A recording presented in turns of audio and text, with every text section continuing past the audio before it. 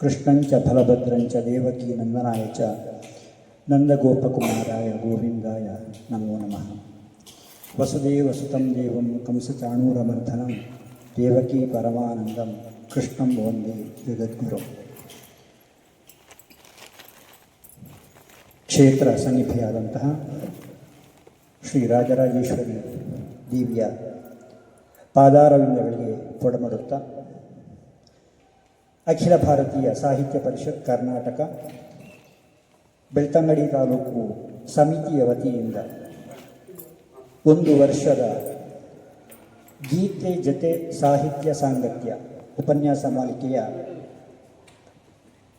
ಅಂತಿಮ ಚರಣದ ಕಡೆಗೆ ನಾವು ಸಾಗಿ ಬಂದಿದ್ದೇವೆ. ಯಶಸ್ವಿ 17 ಹೆಜ್ಜೆಗಳನ್ನು ಮುಗಿಸಿ 18ನೆಯ ಹೆಜ್ಜೆಯನ್ನು ಈ ದಿವಸ ಪಾದಾರ್ಪಣೆ ಮಾಡಲಿಕ್ಕೆ ನಾವು ಸಭಾ ಕಾರ್ಯಕ್ರಮದಲ್ಲಿ ಎಲ್ಲರೂ ಉಪಸ್ಥಿತರಿದ್ದೇವೆ. ಆರಂಭದಲ್ಲಿ ಈ ದಿವಸದ ಕಾರ್ಯಕ್ರಮದ ಅಧ್ಯಕ್ಷತೆಯನ್ನು ವಹಿಸಿದಂತಹ ಶ್ರೀಯುತ ಮುರಳೀಕೃಷ್ಣ ಆಚಾರ್, ಹಾಗೆಯೇ ಈ ದಿನದ ಉಪನ್ಯಾಸವನ್ನು ನೀಡಲಿಕ್ಕಿರುವಂತಹ ಡಾಕ್ಟರ್ ಪ್ರದೀಪ್ ನಾವೂರು ಅವರು ಭಾರತಾಂಬೆಗೆ ಪುಷ್ಪಾರ್ಚನೆಯನ್ನು ಸಲ್ಲಿಸುತ್ತಾ ವೇದಿಕೆಯನ್ನು ಅಲಂಕರಿಸಬೇಕು. ಜೊತೆಗೆ ನಮ್ಮ ಅಖಿಲ ಭಾರತೀಯ ಸಾಹಿತ್ಯ ಪರಿಷತ್ತಿನ ತಾಲೂಕು ಅಧ್ಯಕ್ಷರಾದಂತಹ ಗಣಪತಿ ಭಟ್ ಅವರಿಗೆ ಸಹಕರಿಸಬೇಕು ಅಂತ ಹೇಳಿ ಕೇಳಿಕೊಳ್ತಾ ಇದ್ದೇನೆ.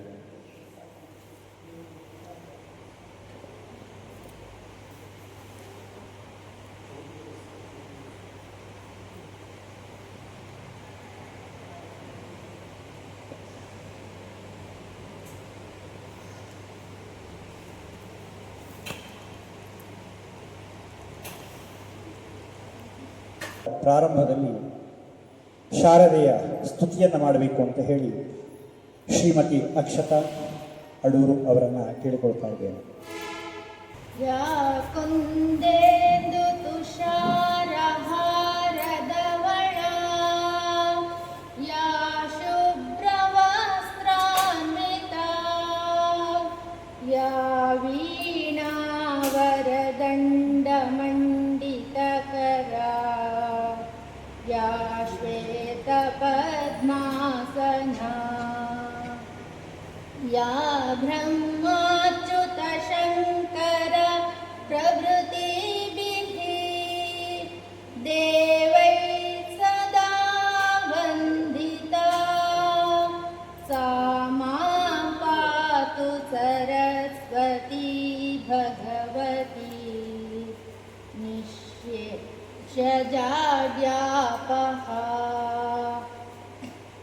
ಸಾ ಮಾಂ ಪಾತು ಸರಸ್ವತಿ ಭಗವತಿ ನಿಶ್ಯೇಷಜಾಡ್ಯಾಪಃ ನಿಶ್ಯೇಷಜಾಡ್ಯಾಪಃ. ಈ ಕಾರ್ಯಕ್ರಮಕ್ಕೊಂದು ಆಶಯವಿರುತ್ತದೆ. ಭಗವದ್ಗೀತೆಯ ಉಪನ್ಯಾಸಕ್ಕೂ ಅಂತಹ ಆಶಯವನ್ನೇ ಹೊಂದಿ ಮಾಡಿದಂತಹ ಕಾರ್ಯಕ್ರಮ ಆದ ಕಾರಣ ಇದು ಯಶಸ್ವಿಯಾಗಿದೆ, ನಮ್ಮೆಲ್ಲರನ್ನ ತಲುಪಿದೆ. ಹಾಗಿದ್ರೆ ಆ ಆಶಯ ಏನು ಅಂತ ಹೇಳುವುದನ್ನು ಗೀತೆಯ ರೂಪದಲ್ಲಿ ಪ್ರಸ್ತುತಪಡಿಸಿದವರು ಅಖಿಲ ಭಾರತೀಯ ಸಾಹಿತ್ಯ ಪರಿಷತ್ ಬೆಳ್ತಂಗಡಿ ತಾಲೂಕು ಸಮಿತಿಯ ಕಾರ್ಯದರ್ಶಿಯಾದಂತಹ ನಮ್ಮ ನೆಚ್ಚಿನ ಸುಭಾಷಿಣಿಯವರು. ಅದಕ್ಕೆ ದನಿಯಾಗಿದ್ದಾರೆ ಸಂಗೀತದ ರೂಪದಲ್ಲಿ ಶ್ರೀಮತಿ ಅಶ್ವಿತಾ ಶ್ರೀಧರ್. ಇವತ್ತು ಅವರ ಸಿರಿ ಕಂಠದಿಂದ ಆಶಯ ಗೀತೆಯನ್ನು ಆಡಬೇಕು ಅಂತ ಹೇಳಿ ಕೇಳಿಕೊಳ್ತೇನೆ. ಶರಣಾಗು ಶರಣಾಗು ಭಗವಂತನಿಗೆ ನೀನು ಶರಣಾಗತಿಯಿಂದ ಭಗವಂತನನೇ ಕಾಣು. ಶರಣಾಗು ಶರಣಾಗು ಭಗವಂತನಿಗೆ ನೀನು ಶರಣಾಗತಿಯಿಂದ ಭಗವಂತನನೇ ಕಾಣು. ಶರಣಾಗು ಶರಣಾಗು ಭಗವಂತನಿಗೆ ನೀನು. ನಮ್ಮದೇನಿದೆ ಇಲ್ಲಿ ತಂದಿಲ್ಲ, ಏನು ಜೊತೆಗೆ ಪಡೆದಿರುವುದೆಲ್ಲ ಇಲ್ಲೇ ತಿಳಿದಿರಲಿ ಮತಿಗೆ. ನಮ್ಮದೇ ತಂದಿಲ್ಲ ಏನು ಜೊತೆಗೆ ಪಡೆದಿರುವುದೆಲ್ಲ ಇಲ್ಲೇ ತಿಳಿದಿರಲಿ ಮತಿಗೆ ಗತಕಾಲದ ಚಿಂತೆಯೊಳು ಚಿತೆಯೇರಬೇಡ ಗತಕಾಲದ ಚಿಂತೆಯೊಳು ಚಿತೆಯೇರಬೇಡ ಬಂದಂತೆ ಬಂದಂತೆ ಬದುಕು ದೇವರಿಚ್ಛೆಯೆಂದರಿತು ಶರಣಾಗು ಶರಣಾಗು ಭಗವಂತನಿಗೆ ನೀನು ಶರಣಾಗತಿಯಿಂದ ಭಗವಂತನನೇ ಕಾಣು ಶರಣಾಗು ಶರಣಾಗು ಭಗವಂತನಿಗೆ ನೀನು ವಿಷಾದದ ಕರಿನೆರಳು ಕಲಕದಂತೆ ಚಿತ್ತವನು ವಿಮುಖನಾಗಿ ಓಡದಿರು ತಲುಪದಂತೆ ಗುರಿಯನ್ನು ವಿಷಾದದ ಕರಿನೆರಳು ಕಲಕದಂತೆ ಚಿತ್ತವನು ವಿಮುಖನಾಗಿ ಓಡದಿರು ತಲುಪದಂತೆ ಗುರಿಯನ್ನು ಸತ್ಯ ಮಿಥ್ಯ ಸಂಘರ್ಷದಿ ಹೋರಾಡು ಸೋಲದೆ ಸತ್ಯ ಮಿಥ್ಯ ಸಂಘರ್ಷದಿ ಹೋರಾಡು ಸೋಲದೆ ಮೋಹದ ಸಂಕೋಲೆಗೆ ನ್ಯಾಯವನ್ನು ದೂಡದೆ ಶರಣಾಗು ಶರಣಾಗು ಭಗವಂತನಿಗೆ ನೀನು ಶರಣಾಗತಿಯಿಂದ ಭಗವಂತನನೇ ಕಾಣು ಶರಣಾಗು ಶರಣಾಗು ಭಗವಂತನಿಗೆ ನೀನು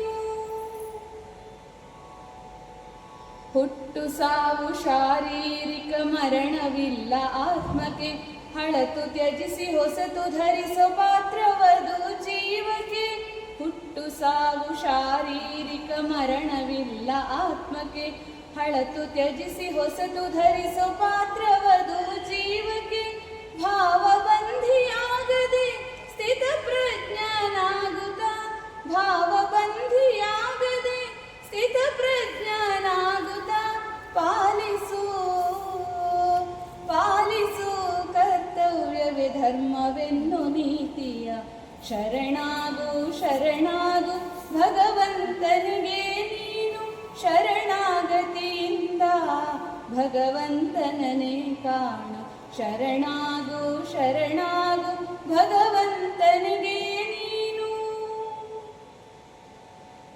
ಪ್ರತಿಫಲದ ಅಪೇಕ್ಷೆಯಲ್ಲಿ ನಿರೀಕ್ಷೆಗಳ ಮೂಟೆಯನ್ನು ತ್ಯಜಿಸಿ ಗೈಯಲು ನಾವು ನಿಷ್ಕಾಮ ಕರ್ಮವನ್ನು ಪ್ರತಿಫಲದ ಅಪೇಕ್ಷೆಯಲ್ಲಿ ನಿರೀಕ್ಷೆಗಳ ಮೂಟೆಯನ್ನು ತ್ಯಜಿಸಿ ಗೈಯಲು ನಾವು ನಿಷ್ಕಾಮ ಕರ್ಮವನ್ನು ಒಲಿವನ ಮಗೆ ಜಗದೊಡೆಯ ಅನುಮಾನ ಸಲ್ಲ ಒಲಿವನ ಮಗೆ ಜಗದೊಡೆಯ ಅನುಮಾನ ಸಲ್ಲ ಗೀತೆಯ ಸಾರವನ್ನು ಅನುಭವಿಸೋಣ ಎಲ್ಲ ಶರಣಾಗು ಶರಣಾಗು ಭಗವಂತನಿಗೆ ನೀನು ಶರಣಾಗತಿಯಿಂದ ಭಗವಂತನನೇ ಕಾಣು ಶರಣಾಗು ಶರಣಾಗು ಭಗವಂತನಿಗೆ ನೀನು ಶರಣಾಗತಿಯಿಂದ ಭಗವಂತನನೇ ಕಾಣು ಶರಣಾಗು ಶರಣಾಗು ಭಗವಂತನಿಗೆ ನೀನು ಶರಣಾಗು ಶರಣಾಗು ಭಗವಂತನಿಗೆ ನೀನು ಶರಣಾಗು ಶರಣಾಗು ಭಗವಂತನಿಗೆ ನೀನು. ಗೀತೆಯ ಸಾರವನ್ನು ನಾವು ಅನುಭವಿಸುತ್ತೇವೋ ಇಲ್ವೋ ಅಶ್ವಿಜಕ್ಕ, ನಿಮ್ಮ ಸಂಗೀತವನ್ನಂತೂ ಅನುಭವಿಸಿದ್ದೇವೆ. ಸುಭಾಷಿಣಿ ಅಕ್ಕನ ಈ ಪ್ರಾಯೋಜಕತ್ವ, ಈ ಒಂದು ಸಂಘಟನೆ ನಿಜವಾಗಿಯೂ ಅತ್ಯುತ್ತಮವಾದುದು. ಎಲ್ಲರನ್ನೂ ಅವರು ಬರಲಿಕ್ಕೆ ಹೇಳಿದ್ದಾರೆ. ನಾವೆಲ್ಲರೂ ಅತಿಥಿಗಳನ್ನು ಸ್ವಾಗತಿಸಬೇಕು, ನಮ್ಮ ಮುಖವಾಗಬೇಕು ಅಂತ ಹೇಳಿ ಆಶಾ ಅಡೂರವರನ್ನು ಕೇಳಿಕೊಳ್ತಾ ಇದ್ದೇನೆ. ಅಖಿಲ ಭಾರತೀಯ ಸಾಹಿತ್ಯ ಪರಿಷತ್ ಕರ್ನಾಟಕ ಬೆಳ್ತಂಗಡಿ ತಾಲೂಕು ಸಮಿತಿಯ ನೇತೃತ್ವದಲ್ಲಿ 1 ವರ್ಷದ ಈ ಸಾಹಿತ್ಯ ಪರ್ವ ಗೀತ ಜೊತೆ ಸಾಹಿತ್ಯ ಸಾಂಗತ್ಯ ಕಾರ್ಯಕ್ರಮಕ್ಕೆ ಇಂದು ನಾವೆಲ್ಲರೂ ಸಾಕ್ಷಿಯಾಗಿದ್ದೇವೆ. ಎಲ್ಲರಿಗೂ ತಿಳಿದಿರುವ ಹಾಗೆ ಇದು ಕೊನೆಯ ಅಧ್ಯಾಯ, 18ನೆಯ ಅಧ್ಯಾಯ. ಈಗ ಏನಾಗಿದೆ ಅಂದರೆ ಕಾಲಚಕ್ರ ಎಷ್ಟು ವೇಗವಾಗಿ ಹೋಗ್ತಾ ಉಂಟು ಅಂತ ಅಂದರೆ ನಿನ್ನೆ ಮೊನ್ನೆ ಪ್ರಾರಂಭವಾಗಿದ್ದ ಅಂತ ಅನ್ನಿಸ್ತಾ ಉಂಟು. ಯಾಕೆಂದರೆ ನಾವೀಗ ಹಂತದಲ್ಲಿ ಇದ್ದೇವೆ. ಮೊನ್ನೆ ತನಕ ಒಂದನೇ ಅಧ್ಯಾಯ ಎರಡನೇ ಅಧ್ಯಾಯ ಕೇಳಿದೇವಾ ಅಂತ ಆ ಥರ ಅನ್ನಿಸ್ತಾ ಇದೆ. ಅಷ್ಟು ಕಾಲ ಫಾಸ್ಟಾಗಿ ಹೋಗ್ತಾ ಉಂಟು. ಹಾಗೆ ಇಂದಿನ ಕಾರ್ಯಕ್ರಮದ ಅಧ್ಯಕ್ಷತೆಯನ್ನು ಶ್ರೀ ಮುರಳೀಕೃಷ್ಣ ಆಚಾರ್ಯ ಅವರು ವಹಿಸಲಿದ್ದಾರೆ. ಅವರು ನಿವೃತ್ತ ಅಧ್ಯಾಪಕರು, ಧಾರ್ಮಿಕ ಚಿಂತಕರು ಹಾಗೆ ಶ್ರೇಷ್ಠ ನಿರೂಪಕರು. ಇವರಿಗೆ ನಮ್ಮ ಅಖಿಲ ಭಾರತೀಯ ಸಾಹಿತ್ಯ ಪರಿಷತ್ ಕರ್ನಾಟಕ ಇದರ ಪರವಾಗಿ ಹಾರ್ದಿಕವಾದ ಸ್ವಾಗತವನ್ನು ಬಯಸ್ತಾ ಇದ್ದೇನೆ. ಹಾಗೆಯೇ ಇಂದಿನ ಕಾರ್ಯಕ್ರಮದ ಉಪನ್ಯಾಸ ಮಾಲಿಕೆಯನ್ನು ಡಾಕ್ಟರ್ ಪ್ರದೀಪ್ ಆಟಿಕುಕ್ಕೆ ಇವರು ನೆರವೇರಿಸಲಿದ್ದಾರೆ. ಈಗಾಗಲೇ 3ನೇ ಅಧ್ಯಾಯವನ್ನು ನಾವು ಇವರ ನುಡಿಗಳಿಂದ ಕೇಳಿದ್ದೇವೆ. ಭಗವದ್ಗೀತೆಯ ಜೊತೆಗೆ ಮಂಕುತಿಮ್ಮನ ಕಗ್ಗದ ಸಾರವನ್ನು ಸಹ ಜೊತೆಯಲ್ಲಿ ಸೇರಿಸಿಕೊಂಡು ಬಹಳ ವಿಶೇಷವಾಗಿ ಬಹಳ ಮನೋಜ್ಞವಾಗಿ ನಮಗೆ ಅಂದು ಭಗವದ್ಗೀತೆಯ ಸಾರವನ್ನು ಉಣಬಡಿಸಿದ್ರು. ಹಾಗೆ ಮತ್ತೊಮ್ಮೆ ನಮ್ಮೆಲ್ಲರಿಗೂ ಈ ಭಾಗ್ಯ ಇಂದು ದೊರಕಿದೆ. ಇವರಿಗೂ ಸಹ ನಮ್ಮ ಕಾರ್ಯಕ್ರಮದ ಪರವಾಗಿ ಹಾರ್ದಿಕವಾದ ಸ್ವಾಗತವನ್ನು ಬಯಸ್ತಾ ಇದ್ದೇನೆ. ಹಾಗೆಯೇ ಇಂದಿನ ಕಾರ್ಯಕ್ರಮದಲ್ಲಿ ಉಪಸ್ಥಿತರಿರುವ ನಮ್ಮ ಅಖಿಲ ಭಾರತೀಯ ಸಾಹಿತ್ಯ ಪರಿಷತ್ ಕರ್ನಾಟಕದ ತಾಲೂಕು ಸಮಿತಿಯ ಅಧ್ಯಕ್ಷರಾದಂತಹ ಶ್ರೀ ಗಣಪತಿ ಕುಳಂ ಅವರಿದ್ದಾರೆ. ಹಾಗೆ ಕಾರ್ಯದರ್ಶಿಯಾದಂತಹ ಶ್ರೀಮತಿ ಸುಭಾಷಿಣಿ ಅವರಿದ್ದಾರೆ. ಹಾಗೆ ಎಲ್ಲ ತಾಲೂಕು ಪದಾಧಿಕಾರಿ ಸಮಿತಿ ಸದಸ್ಯರಿದ್ದಾರೆ. ಇವರಿಗೂ ಸಹ ಇಂದಿನ ಕಾರ್ಯಕ್ರಮಕ್ಕೆ ಹಾರ್ದಿಕ ಸ್ವಾಗತವನ್ನು ಬಯಸ್ತಾ ಇದ್ದೇನೆ. ಹಾಗೆ ಆಗಮಿಸಿದಂತಹ ಎಲ್ಲ ಗೀತಾಭಿಮಾನಿಗಳಿಗೂ ಸಾಹಿತ್ಯ ಆಸಕ್ತರಿಗೂ ಎಲ್ಲರಿಗೂ ಸಹ ಒಂದೇ ಸಾಲಿನಲ್ಲಿ ಸ್ವಾಗತವನ್ನು ಬಯಸುತ್ತಾ ನನ್ನ ಸ್ವಾಗತ ಮಾತಿಗೆ ಪೂರ್ಣ ವಿರಾಮ ಹಾಕುತ್ತೇನೆ. ಅಧ್ಯಕ್ಷರಿಗೆ ತಾಲೂಕು ಸಮಿತಿಯ ಅಧ್ಯಕ್ಷರಾದಂತಹ ಶ್ರೀ ಗಣಪತಿ ಭಟ್ ಕುಳಮರ್ವ ಅವರು ತಾಂಬೂಲವನ್ನು ನೀಡಿ ಜವಾಬ್ದಾರಿಯನ್ನು ಹೊತ್ತುಕೊಳ್ಬೇಕು ಅಂತ ಹೇಳಿ ಪ್ರಾರ್ಥಿಸಬೇಕು ಅಂತ ಹೇಳಿ ಕೇಳಿಕೊಳ್ತಾ ಇದ್ದೇನೆ. ಹಾಗೆ ಸಂಪನ್ಮೂಲ ವ್ಯಕ್ತಿಗಳಾದಂತಹ ಡಾಕ್ಟರ್ ಪ್ರದೀಪ್ ಆಟಿಗೊಕ್ಕಿ ಇವರಿಗೆ ನಮ್ಮ ತಾಲೂಕು ಸಮಿತಿಯ ಕಾರ್ಯದರ್ಶಿಯಾದಂತಹ ಸುಭಾಷಿಣಿ ಮೇಡಮ್ ಅವರಿಂದ ತಾಂಬೂಲ ಸ್ವೀಕಾರ.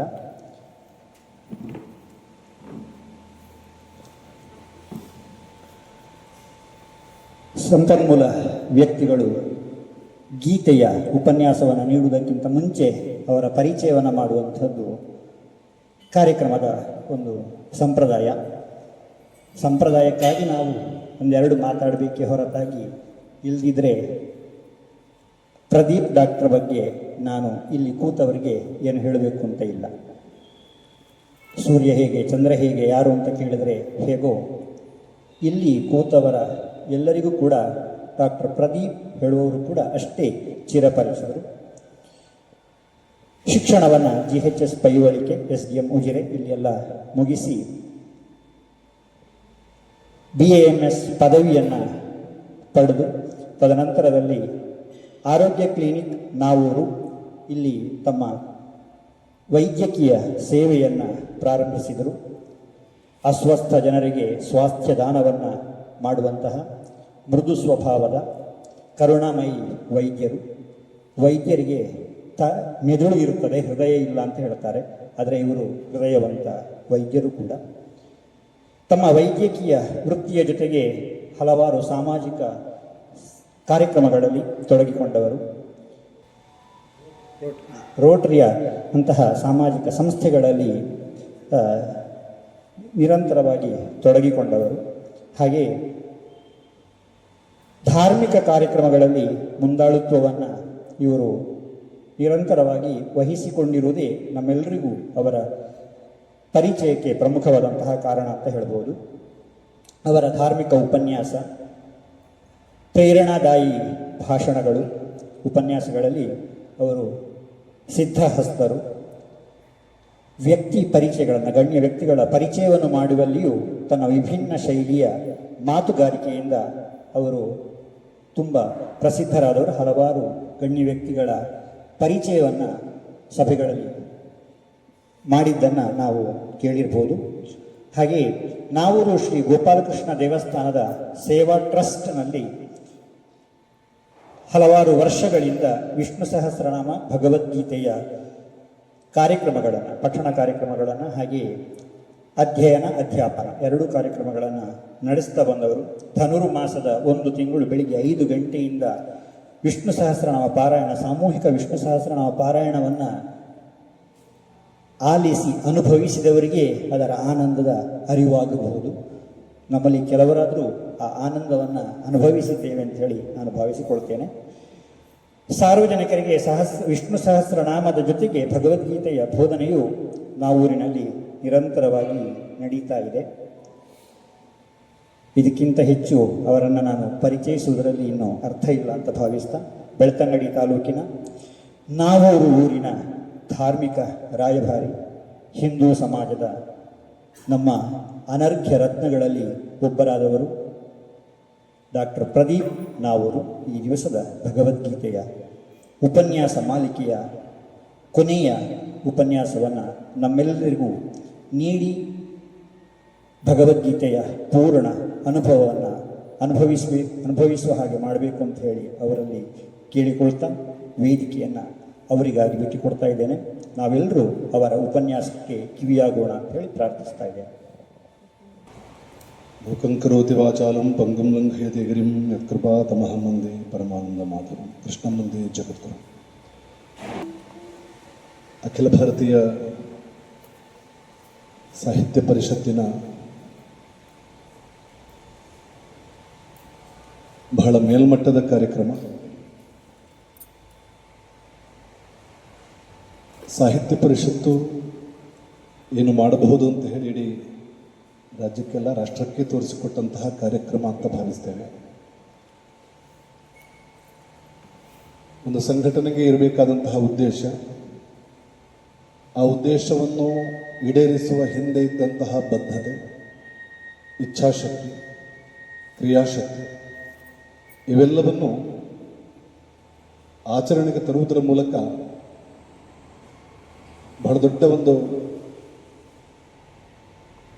ಸಂದೇಶವನ್ನು ಸಮಾಜಕ್ಕೆ ಕೊಟ್ಟಂತಹ ಕಾರ್ಯಕ್ರಮ. ಇವತ್ತು ಅಧ್ಯಕ್ಷರು ಮತ್ತು ಕಾರ್ಯದರ್ಶಿಯ ಮುಖದಲ್ಲಿ ಒಂದು ರೀತಿಯ ಧನ್ಯತಾ ಭಾವ ಕಾಣಿಸ್ತಾ ಇದೆ. 18 ಅಧ್ಯಾಯಗಳನ್ನು ನಿರಂತರವಾಗಿ ಉಪನ್ಯಾಸ ಮಾಲಿಕೆಯಲ್ಲಿ ಹೊರನೋಟಕ್ಕೆ ಸಂಘಟಿಸುವುದು ಸುಲಭ ಅಂತ ತೋರಿದ್ರು, ಅದರ ಹಿಂದೆ ಅದೆಷ್ಟು ಶ್ರಮ ಇದೆ ಅಂತ ಹೇಳಿ ಅದು ಸಂಘಟಿಸಿದವರಿಗೆ ಮಾತ್ರ ಗೊತ್ತಿರುವಂಥದ್ದು. ಈ ಹಿನ್ನೆಲೆಯಲ್ಲಿ ಅಧ್ಯಕ್ಷರಿಗೂ ಕಾರ್ಯದರ್ಶಿಯವರಿಗೂ ಶ್ರದ್ಧೆಯ ಪ್ರಣಾಮಗಳನ್ನು ಸಲ್ಲಿಸಲಿಕ್ಕೆ ಆರಂಭದಲ್ಲಿ ಇಷ್ಟಪಡ್ತಾ ಇದ್ದೇನೆ. ಸಭಾಧ್ಯಕ್ಷತೆಯನ್ನು ವಹಿಸಿರುವಂತಹ ನನ್ನ ನಲ್ಮೆಯ ಸ್ನೇಹಿತರು ಆಗಿರುವ ಮುರಳೀಕೃಷ್ಣ ಆಚಾರ್ಯವರೇ, ಮುಂಭಾಗದಲ್ಲಿ ಆಸೀನರಾಗಿರುವ ಎಲ್ಲ ಆದರಣೀಯ ಸದ್ಧರ್ಮ ಬಂಧು ಭಗಿನಿಯರೇ, ಹಿರಿಯರಾದ ಗಣಪತಿ ಭಟ್ ಸರ್ ಮತ್ತು ಶ್ರೀಧರ್ ಭಟ್ ಸರ್ ಅವರ ಶುಭಾಶೀರ್ವಾದವನ್ನು ಯಾಚಿಸ್ತಾ, ಬಸಂತಿ ಮೇಡಮ್ ಇದ್ದಾರೆ, ಅವರ ಆಶೀರ್ವಾದವನ್ನು ಯಾಚಿಸ್ತಾ ಎಲ್ಲ ಹಿರಿಯರಿಗೂ ನನ್ನ ಶ್ರದ್ಧೆಯ ಪ್ರಣಾಮಗಳನ್ನು ಸಲ್ಲಿಸ್ತಾ,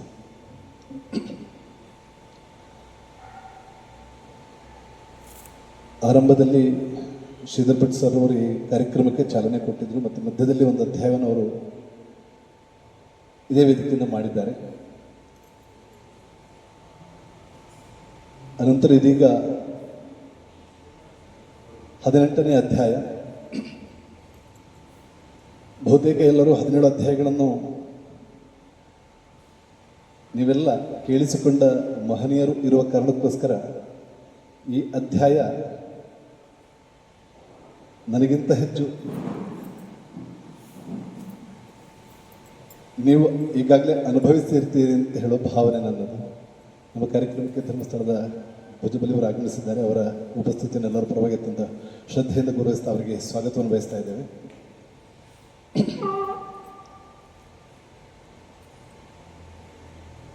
ಹದಿನೇಳನೇ ಅಧ್ಯಾಯ ಶ್ರದ್ಧಾತ್ರಯ ವಿಭಾಗ ಯೋಗದಲ್ಲಿ ಭಗವಂತ ನಮಗೆ ಅನೇಕ ಸಂದೇಶಗಳನ್ನು ಕೊಟ್ಟು ಬಿಟ್ಟ. ಶ್ರದ್ಧೆ ಹೇಗಿರಬೇಕು, ಯಜ್ಞದಾನ ತಪಸ್ಸುಗಳಲ್ಲಿರುವಂತಹ ಭೇದಗಳೇನು, ತಪಸ್ಸು ಯಾವ ರೀತಿ ಮಾಡಬಹುದು, ಆಹಾರದಲ್ಲಿರುವಂತಹ ಸೂಕ್ಷ್ಮತೆ ಯಾವ ರೀತಿ ಇರಬೇಕು ಇತ್ಯಾದಿಗಳೆಲ್ಲವನ್ನು ನಮಗೆ ಕಲಿಸಿಕೊಟ್ಟ. 18ನೇ ಅಧ್ಯಾಯ ಹೆಸರು ಹೇಳುವಾಗೆ ಅದು ಮೋಕ್ಷ ಸನ್ಯಾಸ ಯೋಗ. ಒಂದರ್ಥದಲ್ಲಿ ಸಕಲ ಅಧ್ಯಾಯಗಳ ಸಾರ ಅಂತ ಹೇಳ್ಬೋದು. ಏನು ಭಗವಂತನ ಉಪದೇಶ 2ನೇ ಅಧ್ಯಾಯದ 11ನೇ ಶ್ಲೋಕದಿಂದ ಆರಂಭಗೊಂಡು 30ನೇ ಶ್ಲೋಕದವರೆಗೆ ಜ್ಞಾನದ ಚಿಂತನೆಯನ್ನು ಅರ್ಜುನನಿಗೆ ಹೇಳಿಕೊಡ್ತಾನೆ. ಯುದ್ಧ ಭೂಮಿಯಲ್ಲಿ ಅರ್ಜುನನಿಗೆ ಸಂದೇಹ ಉಂಟಾಗ್ತದೆ, ತಾನು ಯುದ್ಧ ಮಾಡಬೇಕೋ ಬೇಡೋ ಅಂತ ಹೇಳುವ ದ್ವಂದ್ವ ಸ್ಥಿತಿ ನಿರ್ಮಾಣವಾಗ್ತದೆ. ಸೀದಂತಿ ಮಮ ಗಾತ್ರಾಣಿ ಮುಖಂ ಚ ಪರಿಶೋಷತಿ ವೇಪದಶ್ಚ ಶರೀರೇಮೆ ರೋಮಹರ್ಷಶ್ಚ ಜಾಯತೆ ಇತ್ಯಾದಿ ಇತ್ಯಾದಿಯಾಗಿ ಹೇಳಿ ತಾನು ಯುದ್ಧ ಮಾಡುವುದಿಲ್ಲ, ಜಾಯತೆ ವರ್ಣಸಂಕರಹ ಇತ್ಯಾದಿಗಳನ್ನು ಒಂದರ್ಥದಲ್ಲಿ ಕೃಷ್ಣನಿಗೆ ಉಪದೇಶ ಕೊಟ್ಟನೋ ಏನೋ ಅನ್ನುವ ರೀತಿಯಲ್ಲಿ ಆ ಅರ್ಜುನ ವಿಷಾದ ಯೋಗದ ಮಾತುಗಳಿತ್ತು. ಅರ್ಜುನನ ಮಾತುಗಳನ್ನು ಕೇಳಿದ ಕೃಷ್ಣ, ನಿನ್ನ ಮನಸ್ಸಲ್ಲಿ ಯಾಕೆ ಕ್ಲೇಶ ಉತ್ಪತ್ತಿ ಆಯಿತು, ಕುತಸ್ತ್ವಾ ಕಶ್ಮೀರಂ ವಿಷಮಯ ಸಮುಪಸ್ಥಿತಂ ಅಂತ ಹೇಳಿ ಬಡಿದೆಬ್ಬಿಸುವಂತಹ ಕೆಲಸ ಮಾಡ್ತಾನೆ 2ನೇ ಅಧ್ಯಾಯದಲ್ಲಿ. ಆ ಅಧ್ಯಾಯದ 11ನೇ ಶ್ಲೋಕದಲ್ಲಿ ಉಪದೇಶಾಮೃತ ಆರಂಭ ಆಗ್ತದೆ. ಉಪದೇಶ ಹೇಗೆ ಆರಂಭ ಆಗ್ತದೆ ಅಂತ ಕೇಳಿದ್ರೆ, ಪ್ರಹಸನ್ನಿವ ಭಾರತ, ಅವನ ಮೊತ್ತ ಮೊದಲ ಉಪದೇಶ ಯಾವುದು ಅಂತ ಕೇಳಿದ್ರೆ ಮುಗುಳು ನಗು. ನಗುವಿನ ಮೂಲಕ ಆರಂಭ ಮಾಡುವ ಮುಂಚೆಯ ಮಾತುಗಳನ್ನು ಕೃಷ್ಣ ಅರ್ಜುನನನ್ನು ಎಬ್ಬಿಸಿಬಿಟ್ಟ. ಅಲ್ಲಿ ಆರಂಭಗೊಂಡಂತಹ ಆತನ ಉಪದೇಶದ ಮಾತುಗಳು ಜ್ಞಾನ ಪ್ರಾಧಾನ್ಯವಾಗಿ, ಕರ್ಮ ಪ್ರಾಧಾನ್ಯವಾಗಿ, ಭಕ್ತಿ ಪ್ರಾಧಾನ್ಯವಾಗಿ ಬೇರೆ ಬೇರೆ ರೂಪದಲ್ಲಿ ಅರ್ಜುನನಿಗೆ ತನ್ನ ಮೂಲಕ ಇಡೀ ಮಾನವ ಕೋಟಿಗೆ ಕೃಷ್ಣ ಕೊಟ್ಟು ಬಿಟ್ಟ.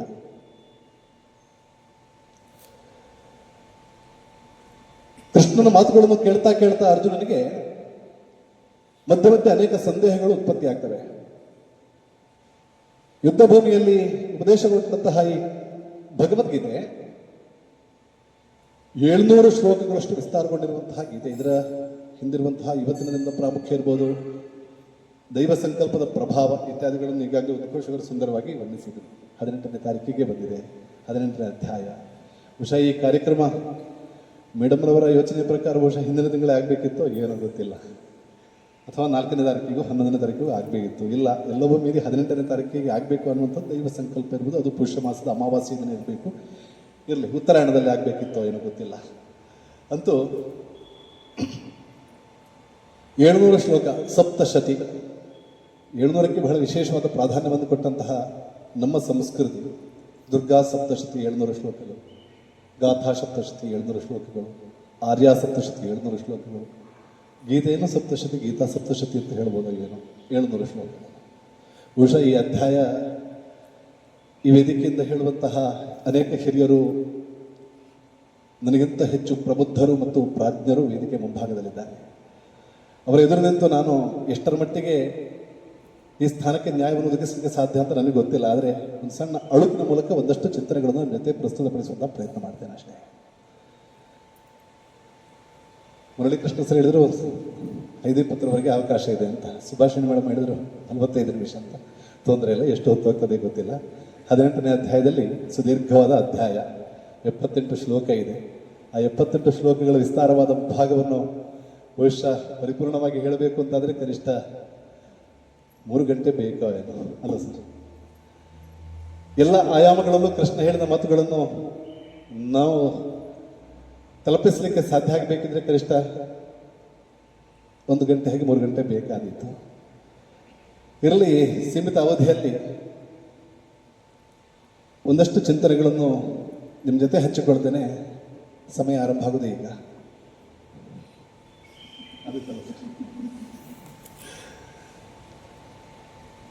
ಅರ್ಜುನ ಉವಾಚ, ಅರ್ಜುನನ ಮಾತಿನ ಮೂಲಕ ಆರಂಭ ಆಗ್ತದೆ.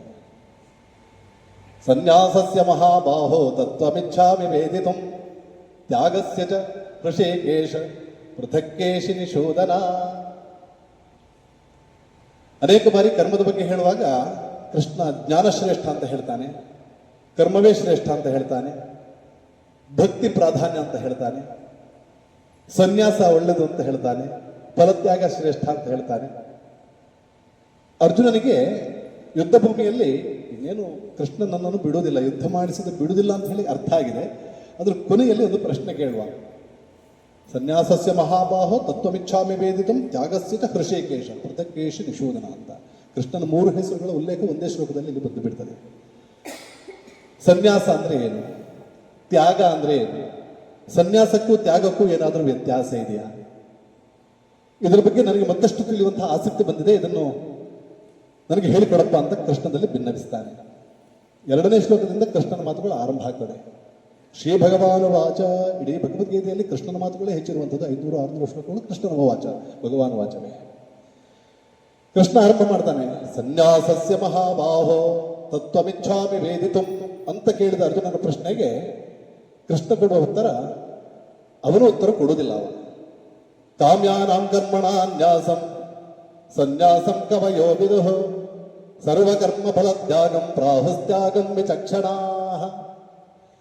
ಸಹಜವಾಗಿ ಪ್ರಾಜ್ಞರು ಏನು ಹೇಳ್ತಾರೆ ಅಂತ ಹೇಳುವಂತಹ ಮಾತನ್ನು ಕೃಷ್ಣ ಹೇಳ್ತಾನೆ. ಕಾಮ್ಯ ಕರ್ಮಗಳನ್ನು ತ್ಯಾಗ ಮಾಡುವಂಥದ್ದು ತ್ಯಾಗ. ಕಾಮ್ಯಾನ ಕರ್ಮಣಾನ್ಯಾಸಂ ಸನ್ಯಾಸಂ ಕವಯೋ ವಿದುಃ. ಕಾಮ್ಯ ಕರ್ಮಗಳನ್ನು ತ್ಯಾಗ ಮಾಡುವಂಥದ್ದು ಸನ್ಯಾಸ.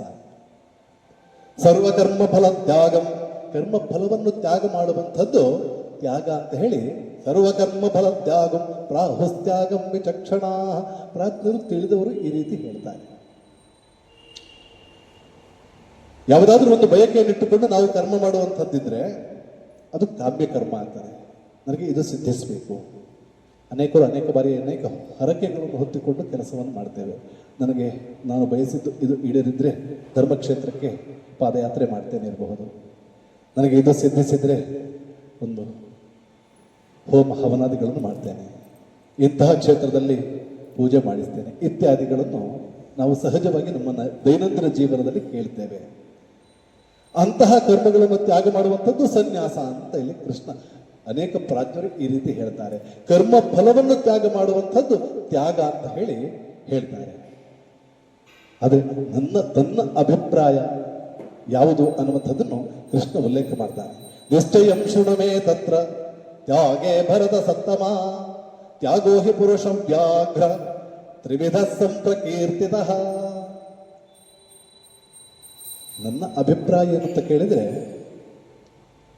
ತ್ಯಾಗ ಮತ್ತು ಸನ್ಯಾಸ ಇವೆರಡರಲ್ಲಿ ಫಲತ್ಯಾಗ ಅದರ ಹಿಂದಿರುವಂತಹ ಉದ್ದೇಶ ಮೇಲ್ಮಟ್ಟದ್ದಾಗಿರಬೇಕು. ತ್ಯಾಗ ಅಂದ ಕೂಡಲೇ ಯಾವುದನ್ನು ತ್ಯಾಗ ಮಾಡಬೇಕು. ಶಾಲೆಗೆ ಹೋದಾಗ ನಾವೆಲ್ಲ ಕಥೆ ಕೇಳಿದ್ದೇವೆ. ನರಿ ದ್ರಾಕ್ಷೆ ತಿಂದದ್ದು. ದ್ರಾಕ್ಷೆ ತಿನ್ಬೇಕು ಅಂತ ಹೋಗ್ತದೆ, ದ್ರಾಕ್ಷೆ ಸಿಗುವುದಿಲ್ಲ ನರಿಗೆ. ಎತ್ತರದಲ್ಲಿ ಹಾರಿ ಸುತ್ತಾಯಿತು. ನರಿ ಏನು ಹೇಳಿತು? ದ್ರಾಕ್ಷೆ ಹುಳಿ ಆಯಿತು ಅಂತ. ಅದಕ್ಕೆ ಸಿಗ್ಲಿಲ್ಲ, ಆ ಕಾರಣಕ್ಕೋಸ್ಕರ ಹುಳಿ ಆಯಿತು. ಇದು ತ್ಯಾಗವ ಅಂತ ಕೇಳಿದ್ರೆ ಕೃಷ್ಣನ ಮತದಲ್ಲಿ ಇದು ತ್ಯಾಗ ಅಲ್ಲ. ತ್ಯಾಗೋ ಹಿ ಪುರುಷ ವ್ಯಾಘ್ರ ತ್ರಿವಿಧ ಸಂಪ್ರಕೀರ್ತಿತಃ ಯಜ್ಞದಾನ ತಪ ಕರ್ಮ ನ ತ್ಯಾಜ್ಯಂ ಕಾರ್ಯಮೇವ ತತ್ ಯಜ್ಞೋದಾನಂ ತಪಶ್ಚೈವ ಪಾವನಾನಿ ಮನೀಷಿಣ. ಭಾರತ ದೇಶ ಪ್ರಪಂಚಕ್ಕೆ ಏನು ಕೊಟ್ಟದ್ದು ಅಂತ ಯಾರಾದರೂ ಕೇಳಿದ್ರೆ ಇದನ್ನು ಕೊಟ್ಟದ್ದು. ಕರ್ಮ ಸಿದ್ಧಾಂತ, ಫಲತ್ಯಾಗ, ಸನ್ಯಾಸ ಇತ್ಯಾದಿ ಎಲ್ಲ ಶಬ್ದಗಳಿಗೆ ನಿಖರವಾದ ಅರ್ಥವನ್ನು ಕೊಟ್ಟಂತಹ ಯಾವುದಾದ್ರೂ ಒಂದು ಪರಂಪರೆ ಅಂದರೆ ಅದು ಭಾರತೀಯ ಸನಾತನ ಪರಂಪರೆ. ಕೃಷ್ಣನ ಮಾತುಗಳಲ್ಲಿ ಎಷ್ಟು ಸ್ಪಷ್ಟತೆ ಇದೆ ಅನ್ನುವಂಥದ್ದನ್ನು ನಾವು ಅರ್ಥ ಮಾಡಿಕೊಳ್ಬೇಕು. ಯಜ್ಞದಾನ ತಪಕರ್ಮ ನ ತ್ಯಾಜ್ಯಂ ಕಾರ್ಯಮೇವ ತತ್ ಯಜ್ಞೋದಾನಂ ತಪಶ್ಚೈವ ಪಾವನಾನಿ ಮನೀಷಿಣ. ಮನುಷ್ಯರನ್ನು ಪಾವನರನ್ನಾಗಿ ಮಾಡುವಂಥದ್ದು ಯಾವುದು ಅಂತ ಕೇಳಿದ್ರೆ ಅದು ಯಜ್ಞ ದಾನ ತಪಕರ್ಮಗಳು ಅಂತ ಹೇಳಿ. ಯಜ್ಞ ಅಂದ್ರೆ ಏನು, ದಾನ ಅಂದ್ರೆ ಏನು, ತಪಸ್ಸು ಅಂದ್ರೆ ಏನು ಇತ್ಯಾದನ್ನು ವಿಸ್ತಾರವಾಗಿ ಈ ಸಂದರ್ಭದಲ್ಲಿ ಹೇಳುವಂಥದ್ದೆಲ್ಲ ನಮಗೆ ತಿಳಿದಿದೆ. ತಿಳಿದು ಮಾಡುವಂಥದ್ದು ಯಜ್ಞ. ಯಜ್ಞದ ಬಗ್ಗೆ ಅನೇಕ ಮಾಹಿತಿಗಳನ್ನು ಹಿಂದಿನ ಅಧ್ಯಾಯದಲ್ಲಿ ಕೃಷ್ಣ ಕೊಟ್ಟು ಬಿಟ್ಟಿದ್ದಾನೆ ನಮಗೆ. ಯಜ್ಞ ದಾನ ತಪಸ್ಸುಗಳನ್ನು ಕಾಲಕಾಲಕ್ಕೆ ನಮ್ಮ ಹಿರಿಯರು ಮಾಡಿಕೊಂಡು ಬಂದಿರುವ ಕಾರಣಕ್ಕೋಸ್ಕರ ನಮ್ಮ ಪರಂಪರೆ ಇವತ್ತಿಗೂ ಜೀವಂತವಾಗಿರುವಂಥದ್ದು. ಯಜ್ಞದಾನ ತಪಸ್ಸು ಏನು ಅನ್ನುವಂಥದ್ದನ್ನು ಪ್ರಕೃತಿಯಿಂದ ನೋಡಿ ಕಲಿಬೇಕು ನಾವು. ನೆರಳ ನಿನಿತನು ಕೊಡುವ ದಣಿವ ನಿನಿತನು ಕಳೆವ ತಿರೆಯ ಪಯಣದಿ ಹೊರೆಯ ನಿನಿತು ಸುಳುವೆ ನಿಪ ತರುವಾಗೆ ಮನೆಯೊಳಗ ಹೊರಗ ನೀಂ ಬೆಳೆಯುತ್ತಿರೆ ಪರಮಧರ್ಮ ಬದಲವ ಮಂಕೋತಿಂಬ. ಒಂದು ಗಿಡವನ್ನು ನೋಡಿ ಕಲಿಬೇಕು ನಾವು. ಪ್ರಕೃತಿಯಲ್ಲಿರುವಂತಹ ಪ್ರತಿಯೊಂದನ್ನು ನೋಡಿ ಕಲಿತಾಗ ನಮಗೆ ಗೊತ್ತಾಗ್ತದೆ ಯಜ್ಞ ಅಂದ್ರೆ ಏನು. ನದಿ ಹರಿತಾ ಹೋಗ್ತದೆ, ಸಮುದ್ರ ತನ್ನ ಹತ್ರ ಬಂದಂತಹ ನೀರನ್ನೆಲ್ಲ ಸ್ವೀಕಾರ ಮಾಡ್ತದೆ. ಯಾಕೆ ಸ್ವೀಕಾರ ಮಾಡ್ತದೆ ಅಂತ ಕೇಳಿದ್ರೆ ಬಿಸಿಲಿನ ಮೂಲಕ ಮತ್ತೆ ಆವಿಯಾಗಿ ಹಿಂದಕ್ಕೆ ಕಳಿಸುವ ಕಾರಣಕ್ಕೋಸ್ಕರ ಮತ್ತೆ ಮಳೆಯಾಗಿ ಬೀಳಬೇಕು, ಮತ್ತೆ ಪ್ರಕೃತಿ ನಡೆಸ್ತಾ ಇರಬೇಕು. ಆ ಕಾರಣಕ್ಕೋಸ್ಕರ ಇದು ಯಜ್ಞ ಪ್ರಕ್ರಿಯೆ ಅಂತ ಹೇಳ್ತಾರೆ. ತನಗೆ ಬಂದದ್ದು ತನಗೆ ಸೇರಿದ್ದಲ್ಲ, ಇನ್ನೊಬ್ಬರಿಗೆ ಕೊಡ್ಲಿಕ್ಕೆ ಬೇಕಾಸ್ಕರ ತನಗೆ ಬಂದಿರುವಂತಹದ್ದು. ಮನುಷ್ಯನ ದೇಹದಲ್ಲಿರುವಂತಹ ಹೃದಯ, ತನ್ನ ಹತ್ರ ಬರುವಂತಹ ರಕ್ತ ಎಲ್ಲ ತನಗೆ ಸೇರಿದ್ದು ಅಂತ ಭಾವಿಸಿದ್ರೆ ಯಾರೂ ಜೀವಂತವಾಗಿರ್ಲಿಕ್ಕೆ ಸಾಧ್ಯ ಇಲ್ಲ. ಹೃದಯ ಒಡೆದು ಹೋಗ್ಬಿಡ್ತದೆ. ತನ್ನಲ್ಲಿ ಬಂದಿರುವಂತಹ ರಕ್ತ ಅದು ಮತ್ತೆ ಶರೀರಕ್ಕೆ ಪ್ರವಾಹಿಸಲಿಕ್ಕೆ ಇರುವಂಥದ್ದು, ಬೇರೆ ಬೇರೆ ಅಂಗಾಂಗಗಳಿಗೆ ಕಳಿಸುವಂತಹ ಜವಾಬ್ದಾರಿ ತನ್ನದು ಅನ್ನುವಂತಹ ಎಚ್ಚರ ಇರುವ ಕಾರಣಕ್ಕೋಸ್ಕರ ನಾವು ಜೀವಂತವಾಗಿರುವಂಥದ್ದು. ದಾನ ಅಂದ್ರೆ ಆ ರೀತಿಯದ್ದು. ದಾನದ ಮಹತ್ವ ಹೇಳುವಾಗ ಹಿಂದಿನ ಅಧ್ಯಾಯದಲ್ಲಿ ಹೇಳಿದ್ದ ಕೃಷ್ಣ, ದಾತವ್ಯಮಿತಿ ಯದ್ದಾನಂ ದೀಯತೇನುಪಕಾರಿಣೇ ದೇಶೇ ಕಾಲೇ ಚ ಪಾತ್ರೇ ಚ ತದ್ದಾನಂ ಸಾತ್ವಿಕಂ ಸ್ಮೃತಂ ಇತ್ಯಾದಿಯಾಗಿ ಹೇಳಿದ್ದಾನೆ. ತಪಸ್ಸು ಅಂದ್ರೆ ಏನು ಹೇಳಿದ. ಬೌದ್ಧಿಕವಾಗಿ, ವಾಚಿಕವಾಗಿ, ಕಾಯಿಕವಾಗಿ ನಾವು ಯಾವ ರೀತಿಯ ತಪಸ್ಸುಗಳನ್ನು ಮಾಡಬೇಕು ಅನ್ನುವಂತಹ ಉಲ್ಲೇಖ ಹಿಂದಿನ ಅಧ್ಯಾಯದಲ್ಲಿ ಮಾಡಿದ. ಇವೆಲ್ಲವನ್ನು ಕಾಲಕಾಲಕ್ಕೆ ಮಾಡ್ತಾ ಬರುವ ಕಾರಣಕ್ಕೋಸ್ಕರ ನಮ್ಮ ಇಡೀ ಸಮಾಜ ನಿಂತಿರುವಂಥದ್ದು, ಇಡೀ ಪ್ರಪಂಚಕ್ಕೆ ಕೊಟ್ಟಂತಹ ಸಂದೇಶ ಯಜ್ಞ ದಾನ ತಪಕರ್ಮಗಳು ನಮ್ಮ ಕರ್ತವ್ಯಗಳು, ನಮ್ಮ ಜವಾಬ್ದಾರಿ. ಈ ಹಿನ್ನೆಲೆಯಲ್ಲಿ ಅದನ್ನು ನಾವು ಆಚರಣೆಗೆ ತರುವಂತಹದ್ದು. ಏತಾನ್ಯಪದ ಕರ್ಮಾಣಿ ಸಂಗಂ ತ್ಯಕ್ವಾ ಫಲಾನಿ ಚ ಕರ್ತವ್ಯಾನೀತಿ ಮೇ ಪಾರ್ಥ ನಿಶ್ಚಿತಂ ಮತಮುತ್ತಮಂ. ಕರ್ತವ್ಯಾನೀತಿ ಮೇ ಪಾರ್ಥ ನಿಶ್ಚಿತಂ ಮತಮುತ್ತಮಂ. ನನ್ನ ನಿಶ್ಚಯವಾದ ಭಾವನೆ ಏನು ಅಂತ ಕೇಳಿದ್ರೆ, ಎಲ್ಲ ಕರ್ಮಗಳನ್ನು ಫಲದ ಆಸಕ್ತಿ ರಹಿತವಾಗಿ ಮಾಡುವಂಥದ್ದೇ ಫಲತ್ಯಾಗ. ಸನ್ಯಾಸ ನಾವಿವತ್ತು ಭಾವಿಸ್ತೇವೆ. ಸನ್ಯಾಸ ಅಂತ ಹೇಳಿದ್ರೆ ಕಾವಿ ವಸ್ತ್ರ ಧರಿಸಿದ ಮಾತ್ರಕ್ಕೆ ಸನ್ಯಾಸ ಆಗಲಿಕ್ಕೆ ಸಾಧ್ಯವಾಗುವುದಿಲ್ಲ. ಕಾಷಾಯ ತಪಸ್ಸು, ಗೃಹಲೋಕ ನಿರ್ವಾಹ, ವೇಷತಾಳದ ತಪಸ್ಸು, ಕಠಿಣತರ ತಪಸ್ಸು, ಲೇಸಿನಿಂದದು ಸಾಗೆ ಬೇಕು ಶಮ ದಮ ಸಮತೆ, ಆಸಿಧಾರ ವ್ರತವೋ ಮಂಕುತಿಮ್ಮ. ತಪಸ್ಸು, ಸನ್ಯಾಸ ವೃತ್ತಿ ಅಂತ ಹೇಳಿದ್ರೆ ಅದು ತಪಸ್ಸು. ಸನ್ಯಾಸಿಗಳಿಗೂ ಕಾಮ್ಯ ಕರ್ಮಗಳ ತ್ಯಾಗ ಇದೆ, ಆದರೆ ನಿತ್ಯ ನೈಮಿತ್ತಿಕಾದಿ ಕರ್ಮಗಳನ್ನು ಅವರು ಅನುಸಂಧಾನ ಮಾಡಬೇಕಾಗ್ತದೆ. ಆದರೆ ಯಾವ ಮಟ್ಟದಲ್ಲಿ ಮಾಡಬೇಕು ಅಂತ ಕೇಳಿದ್ರೆ ಫಲವನ್ನು ಬಿಟ್ಟು ಕರ್ಮ ಮಾಡಬೇಕು. ಈ ಹಿನ್ನೆಲೆಯಲ್ಲಿ ತ್ಯಾಗವನ್ನು 3 ವಿಭಾಗವಾಗಿ ಕೃಷ್ಣ ಇಲ್ಲಿ ವರ್ಣಿಸ್ತಾನೆ. 3 ವಿಭಾಗದಲ್ಲಿ ತ್ಯಾಗ ಹೇಳ್ತಾನೆ. ನಿಯತಸ್ಯ ಸುಸನ್ಯಾಸ ಕರ್ಮಣೋನೋಪಪದ್ಯತೆ ಮೋಹಾತ್ತಸ್ಯ ಪರಿತ್ಯಾಗ ತಾಮಸಃ ಪರಿಕೀರ್ತಿತಃ ದುಃಖಮಿತ್ಯೇವ ಯತ್ಕರ್ಮ ಕಾಯಕ್ಲೇಶ ಭಯಾತ್ಯಜೇ ಸಕೃತ್ವಾ ರಾಜಸಂ ತ್ಯಾಗಂ ನೈವ ತ್ಯಾಗ ಫಲಂ ಲಭೇ ಕಾರ್ಯಮಿತ್ಯೇವ ಯತ್ಕರ್ಮ ನಿಯತಂ ಕ್ರಿಯತೆ ಅರ್ಜುನ ಸಂಗಂ ತ್ಯಕ್ತ್ವಾ ಫಲಂ ಚೈವ ಸತ್ಯಾಗಃ ಸಾತ್ವಿಕೋ ಮತಃ. ತ್ಯಾಗ 3 ವಿಧವಾದದ್ದು. ಯಾವುದು 3 ವಿಧವಾದ ತ್ಯಾಗ ಅಂತ ಕೇಳಿದ್ರೆ ಮೊದಲನೇ ಹೇಳ್ತಾನೆ ತಾಮಸ ತ್ಯಾಗ, ಎರಡನೇದು ರಾಜಸ ತ್ಯಾಗ, ಮತ್ತೆ 3ನೇದು ಸಾತ್ವಿಕ ತ್ಯಾಗದ ಬಗ್ಗೆ ಕೃಷ್ಣ ಅಲ್ಲಿ ಹೇಳ್ತಾನೆ. 3 ವಿಧವಾದ ತ್ಯಾಗ. ಅದಕ್ಕೆ ಪೂಜ್ಯ ಡಿ.ವಿ.ಜಿ ಅವರು ತನ್ನ ಜೀವನ ಧರ್ಮಯೋಗ ಅನ್ನುವಂತಹ ಕೃತಿಯಲ್ಲಿ ಬಹಳ ಸುಂದರವಾಗಿ ಒಂದು ಉಲ್ಲೇಖ ಮಾಡ್ತಾರೆ, ಅರ್ಥ ಆಗೋದಕ್ಕೋಸ್ಕರ ನಮಗೆ. ತ್ಯಾಗ ಯಾವ ಮಟ್ಟದ್ದು ಅಂತ ಕೇಳಿದ್ರೆ, ಉದಾಹರಣೆಗೆ ಚುನಾವಣೆ ಹತ್ತಿರ ಬಂದಾಗ ಚುನಾವಣೆಯ ದಿನ ನಮಗೆಲ್ಲ ರಜೆ ಕೊಡ್ತಾರೆ. ಯಾಕೆ ರಜೆ ಕೊಡ್ತಾರೆ ಅಂತ ಕೇಳಿದ್ರೆ, ಯಾಕೆ ಕೊಡ್ತಾರೆ ರಜೆ? ಪ್ರತಿಯೊಬ್ಬರು ಮತ ಹಾಕಬೇಕು ಅನ್ನುವ ಕಾರಣಕ್ಕೋಸ್ಕರ ರಜೆ ಕೊಡ್ತಾರೆ. ಬಹಳ ಸಾಮಾಜಿಕವಾದ ದೃಷ್ಟಾಂತ ಅಲ್ಲಿ ಉಲ್ಲೇಖ ಮಾಡ್ತಾರೆ. ಮತ ಹಾಕುವುದಕ್ಕೋಸ್ಕರ ರಜೆ ಹಾಕಿಕೊಡ್ತಾರೆ. ಈ ಇಡೀ ಅಧ್ಯಾಯ 18ನೇ ಅಧ್ಯಾಯ ಬಹಳ ಸ್ವಾರಸ್ಯ ಇರ್ಬೋದು. ಇದರಲ್ಲಿ ಈ ಇಡೀ ಅಧ್ಯಾಯ ನಮಗೆ ಆತ್ಮವಿಮರ್ಶೆ ಮಾಡಲಿಕ್ಕೆ ಒಂದು ಪ್ರೇರೇಪಣೆ ಕೊಡುವಂತಹ ಅಧ್ಯಾಯ. ನಾನು ಯಾವ ಮಟ್ಟದಲ್ಲಿದ್ದೇನೆ ಅಂತ ಹೇಳುವಂಥದ್ದನ್ನು ಪದೇ ಪದೇ ಎಚ್ಚರಿಸುವಂತಹ ಅಧ್ಯಾಯ ಇದು. ನಾನು ತ್ಯಾಗ ಮಾಡಿದ್ದೇನೆ, ನಾನು ತ್ಯಾಗ ಮಾಡಿದ್ದೇನೆ ಅಂತ ಎಷ್ಟು ಜನ ನಮ್ಮ ಸುತ್ತಮುತ್ತಲದವರು ಎಷ್ಟು ಬಾರಿ ಉಲ್ಲೇಖ ಮಾಡ್ತಾರೆ. ನಮ್ಮ ಮನೆಯಲ್ಲೇ ತಗೊಳ್ಳಿ ನೀವು, ನಾನು ಎಷ್ಟು ತ್ಯಾಗ ಮಾಡಿದ್ದೇನೆ, ಎಷ್ಟು ಜಾಗ ತ್ಯಾಗ ಮಾಡಿದ್ದೇನೆ, ಎಷ್ಟು ಹಣ ತ್ಯಾಗ ಮಾಡಿದ್ದೇನೆ. ಅವರಿಗೆಲ್ಲ ಈ ಭಗವದ್ಗೀತೆ ಈ ಶ್ಲೋಕಗಳನ್ನು ನಾವು ಓದಲಿಕ್ಕೆ ಹೇಳಿದ್ರೆ ಗೊತ್ತಾಗ್ತದೆ. ಉತ್ತರ ಬೇರೆಯವರಿಗೆ ಕೊಡೋದು ಬೇಡ. ನಮಗೆ ನಾವು ಉತ್ತರ ಕೊಟ್ಟರೆ ಸಾಕಾಗ್ತದೆ. ನಾವು ಉತ್ತರ ಬೇರೆ ನಮ್ಮ ಬಂಧುಗಳಿಗೋ ಸ್ನೇಹಿತರಿಗೋ ಅಲ್ಲ. ಮತ ಹಾಕ್ಲಿಕ್ಕೆ ರಜೆ ಕೊಟ್ಟರೆ ಎಷ್ಟೋ ಜನ ಮತ ಹಾಕದೆ ಕೂತ್ಕೊಳ್ಳೋದಿಲ್ವ? ಕೂತ್ಕೊಳ್ತಾರ ಇಲ್ಲ? ಹೋಗೋದೇ ಇಲ್ಲ. ಯಾರೋ ಎಲೆಕ್ಷನ್ ಮಾಡ್ತಾರಪ್ಪ, ಯಾರೋ ಗೆದ್ದು ಬರ್ತಾರೆ, ನನ್ನೊಬ್ಬನ ಓಟಿಂದಾಗಿ ಏನಾಗ್ಲಿಕ್ಕಿದೆ ಅಂತ ಭಾವಿಸ್ತಾರೆ. ಹೌದಲ್ಲ? ಡಿ.ವಿ.ಜಿ ಅವರು ಹೇಳ್ತಾರೆ, ಅಂಥವರು ತ್ಯಾಮಸ ತ್ಯಾಗಿಗಳು, ತ್ಯಾಗ ಮಾಡಿದ್ದೇನೆ ಅಂತ ಭಾವಿಸ್ತಾರೆ. ಇನ್ನೊಂದಷ್ಟು ಜನ ಓಟ್ ಹಾಕ್ತಾರೆ, ಯಾರೋ ನಿಂತಿದ್ದಾರೆ ಓಟ್ ಹಾಕ್ಬಿಡ್ವಾ ಅಂತ ಹೇಳಿ ಯಾರಿಗೋ ಅವರ ಪೂರ್ವಾಪರವನ್ನು ಯೋಚನೆ ಮಾಡದೆ ಯಾರೋ ಒಬ್ಬರಿಗೆ ಓಟ್ ಹಾಕ್ತಾರೆ. ಆ ಓಟಿನ ಹಿಂದಿರುವಂತಹ ಉದ್ದೇಶವೋ ಫಲ ಬಂದ ಮೇಲೆ ಆ ಫಲಿತಾಂಶ ಬಂದ ಮೇಲೆ ಆಗುವಂತಹ ಬದಲಾವಣೆಯೋ ಅದರ ಬಗ್ಗೆ ಯೋಚನೆ ಮಾಡಲಿಕ್ಕೆ ಹೋಗುದಿಲ್ಲ. ಓಟ್ ಹಾಕಿ ಬರ್ತಾರೆ, ಸುಮ್ಮನೆ ಕೂತ್ಕೊಳ್ತಾರೆ. ಇನ್ನೂ ಅನೇಕರಿದ್ದಾರೆ. ಯಾರು ನಿಂತ ಅಭ್ಯರ್ಥಿ ಯಾರು, ಈ ಅಭ್ಯರ್ಥಿ ಗೆದ್ದ ಮೇಲೆ ಈ ಗ್ರಾಮಕ್ಕೆ ಅಭ್ಯುದಯ ಆಗ್ತದೋ ಅಥವಾ ಈ ಅಭ್ಯರ್ಥಿ ಬರುವುದರ ಮೂಲಕ ಈ ದೇಶಕ್ಕೆ ಉದ್ಧಾರ ಆಗ್ತದೋ. ಅನೇಕ ಸಂದರ್ಭದಲ್ಲಿ ನಾವು ಗಮನಿಸ್ತೇವೆ, ಅನೇಕ ಅಭ್ಯರ್ಥಿಗಳು ಗೆದ್ದು ಬರ್ತಾರೆ, ಆ ಪ್ರದೇಶಕ್ಕೆ ಅವರು ಪೂರಕವಾಗಿರ್ತಾರೆ, ಆದರೆ ರಾಷ್ಟ್ರಕ್ಕೆ ಮಾರಕವಾಗಿಬಿಡ್ತಾರೆ. ಸರಿಯಾದ ಯೋಚನೆ ಮೂಲಕ ನಾವು ನಿರ್ಧಾರ ತೆಗೆದುಕೊಂಡು ಮತ ಚಲಾಯಿಸುವಂತಹ ಜವಾಬ್ದಾರಿ ನಿರ್ವಹಿಸುವಂತಹ ಒಂದಷ್ಟು ಬಹುತೇಕ ಜನ ಇದ್ದಾರೆ. ಅಂಥವರ ತ್ಯಾಗ ಯಾವ ತ್ಯಾಗ ಅದು ಸಾತ್ವಿಕ ತ್ಯಾಗವಾಗ್ತದೆ. ದೂರದೃಷ್ಟಿತ್ವ, ಭವಿತವ್ಯದ ದೃಷ್ಟಿತ್ವ, ರಾಷ್ಟ್ರೋದ್ಧಾರದ ಚಿಂತನೆ, ಈ ಎಲ್ಲ ಪರಿಕಲ್ಪನೆಯ ಆಶ್ರಯದಲ್ಲಿ ಮತ ಚಲಾವಣೆ ಮಾಡುವುದಕ್ಕೆ ಒಂದಷ್ಟು ವಿವೇಚನೆ, ಒಂದಷ್ಟು ಸಮಯ ಕಳಿಬೇಕಾಗ್ತದೆ.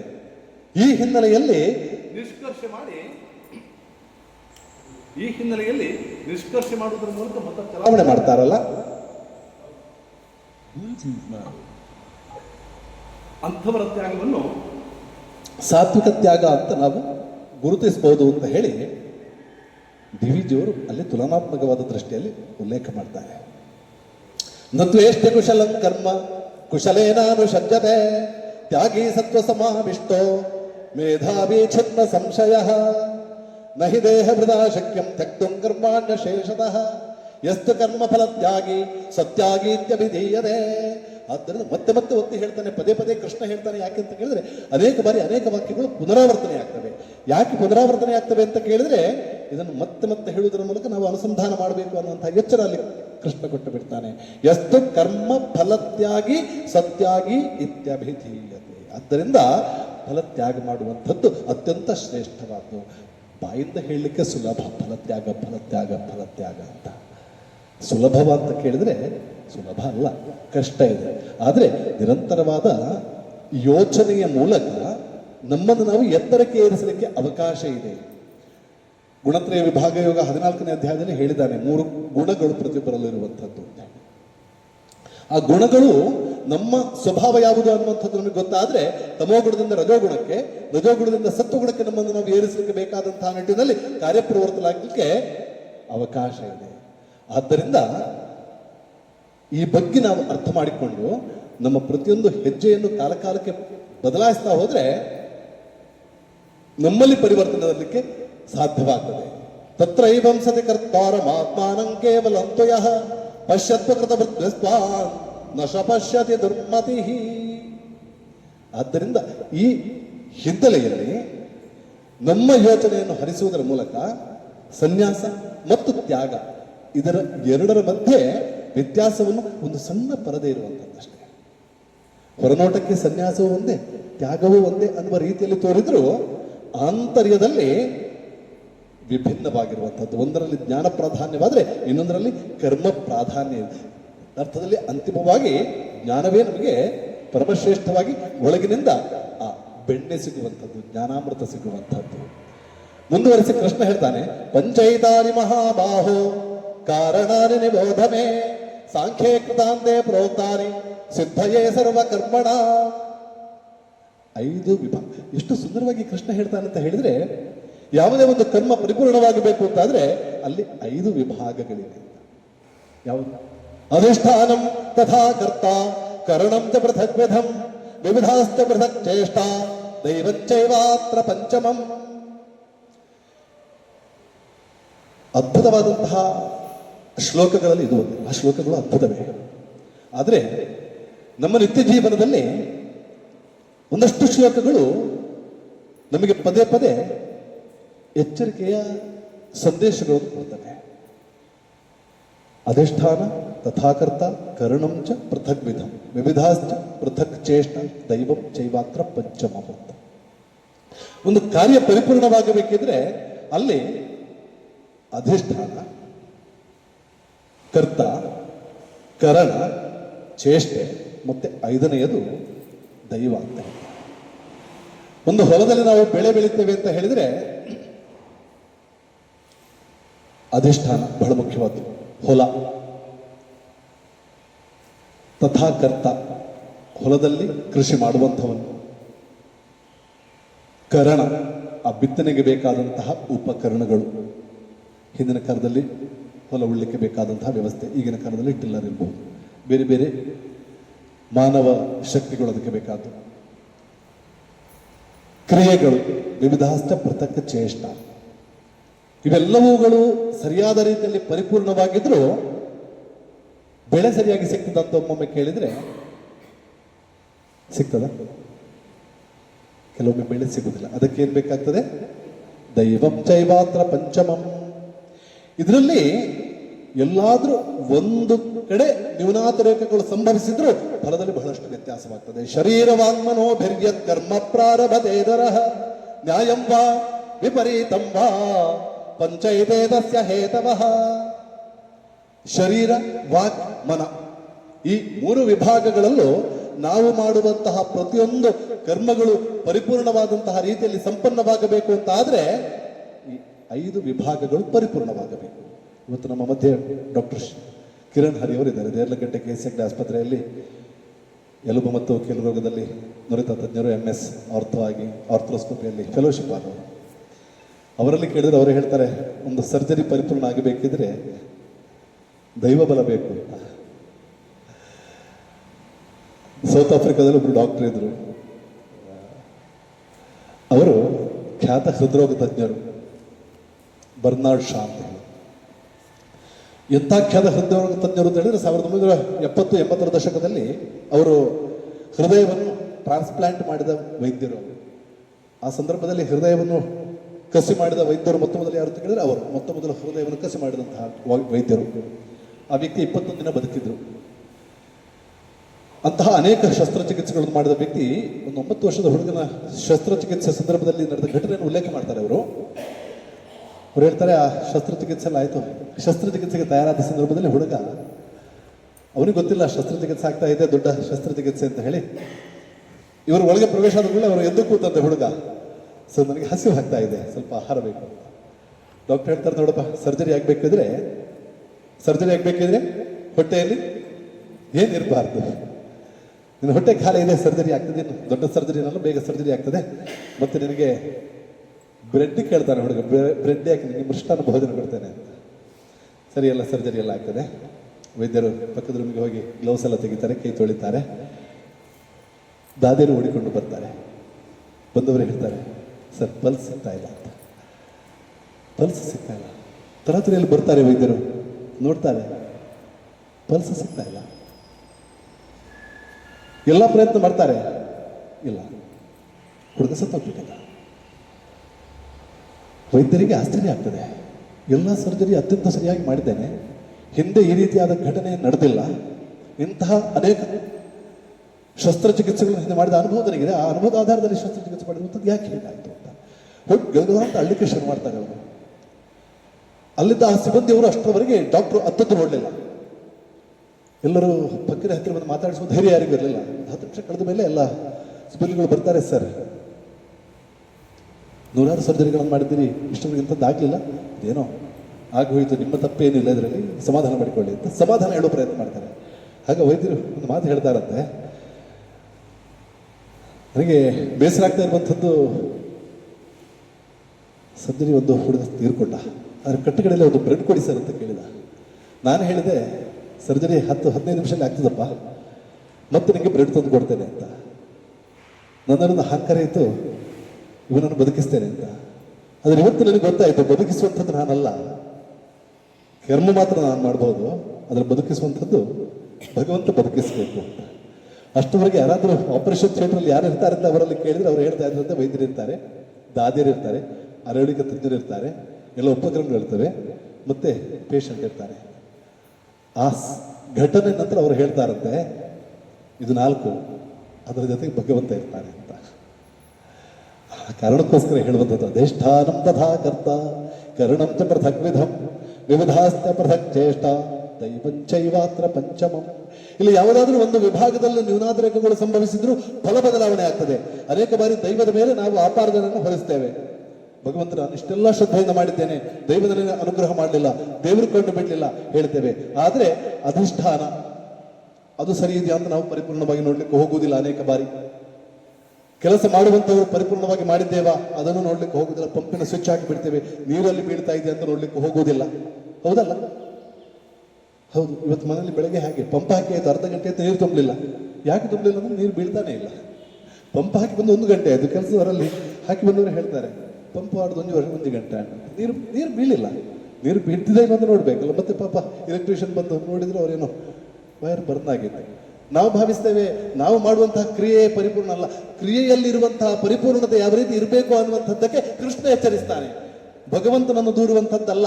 ನಿನ್ನ ಕೆಲಸವನ್ನು ನಿನ್ನ ಸರಿಯಾಗಿ ಮಾಡ್ತಾ ಇದ್ಯಾ, ಅಧಿಷ್ಠಾನ ಸರಿಯಾಗಿ ತಯಾರು ಮಾಡಿದ್ಯಾ ಪ್ರಶ್ನಿಸಬೇಕು ನಾವು. ಕರ್ತ, ನನ್ನಲ್ಲಿರುವಂತಹ ಶ್ರದ್ಧೆ ಯಾವ ಮಟ್ಟದ್ದು, ಪರಿಪೂರ್ಣವಾದ ಪೂರ್ವ ತಯಾರಿಯಲ್ಲಿ ನಾನು ಮಾಡ್ತಾ ಇದ್ದೇನಾ? ಕರ್ಣಂ, ಅದಕ್ಕೆ ಬೇಕಾದಂತಹ ಕರ್ಣಗಳು ಉಪಕರಣಗಳು ಅದೆಲ್ಲವೂ ಪರಿಪೂರ್ಣವಾಗಿದೆಯಾ ಯೋಚನೆ ಮಾಡ್ತೇವಾ? ವಿವಿಧಾಸ್ತ ಪೃಥಕ್ ಚೇಷ್ಟ, ಬೇರೆ ಬೇರೆ ಅದಕ್ಕೆ ಪೂರಕವಾದಂತಹ ಕಾರ್ಯಗಳು, ಇದು ಪರಿಪೂರ್ಣವಾಗಿದೆಯಾ?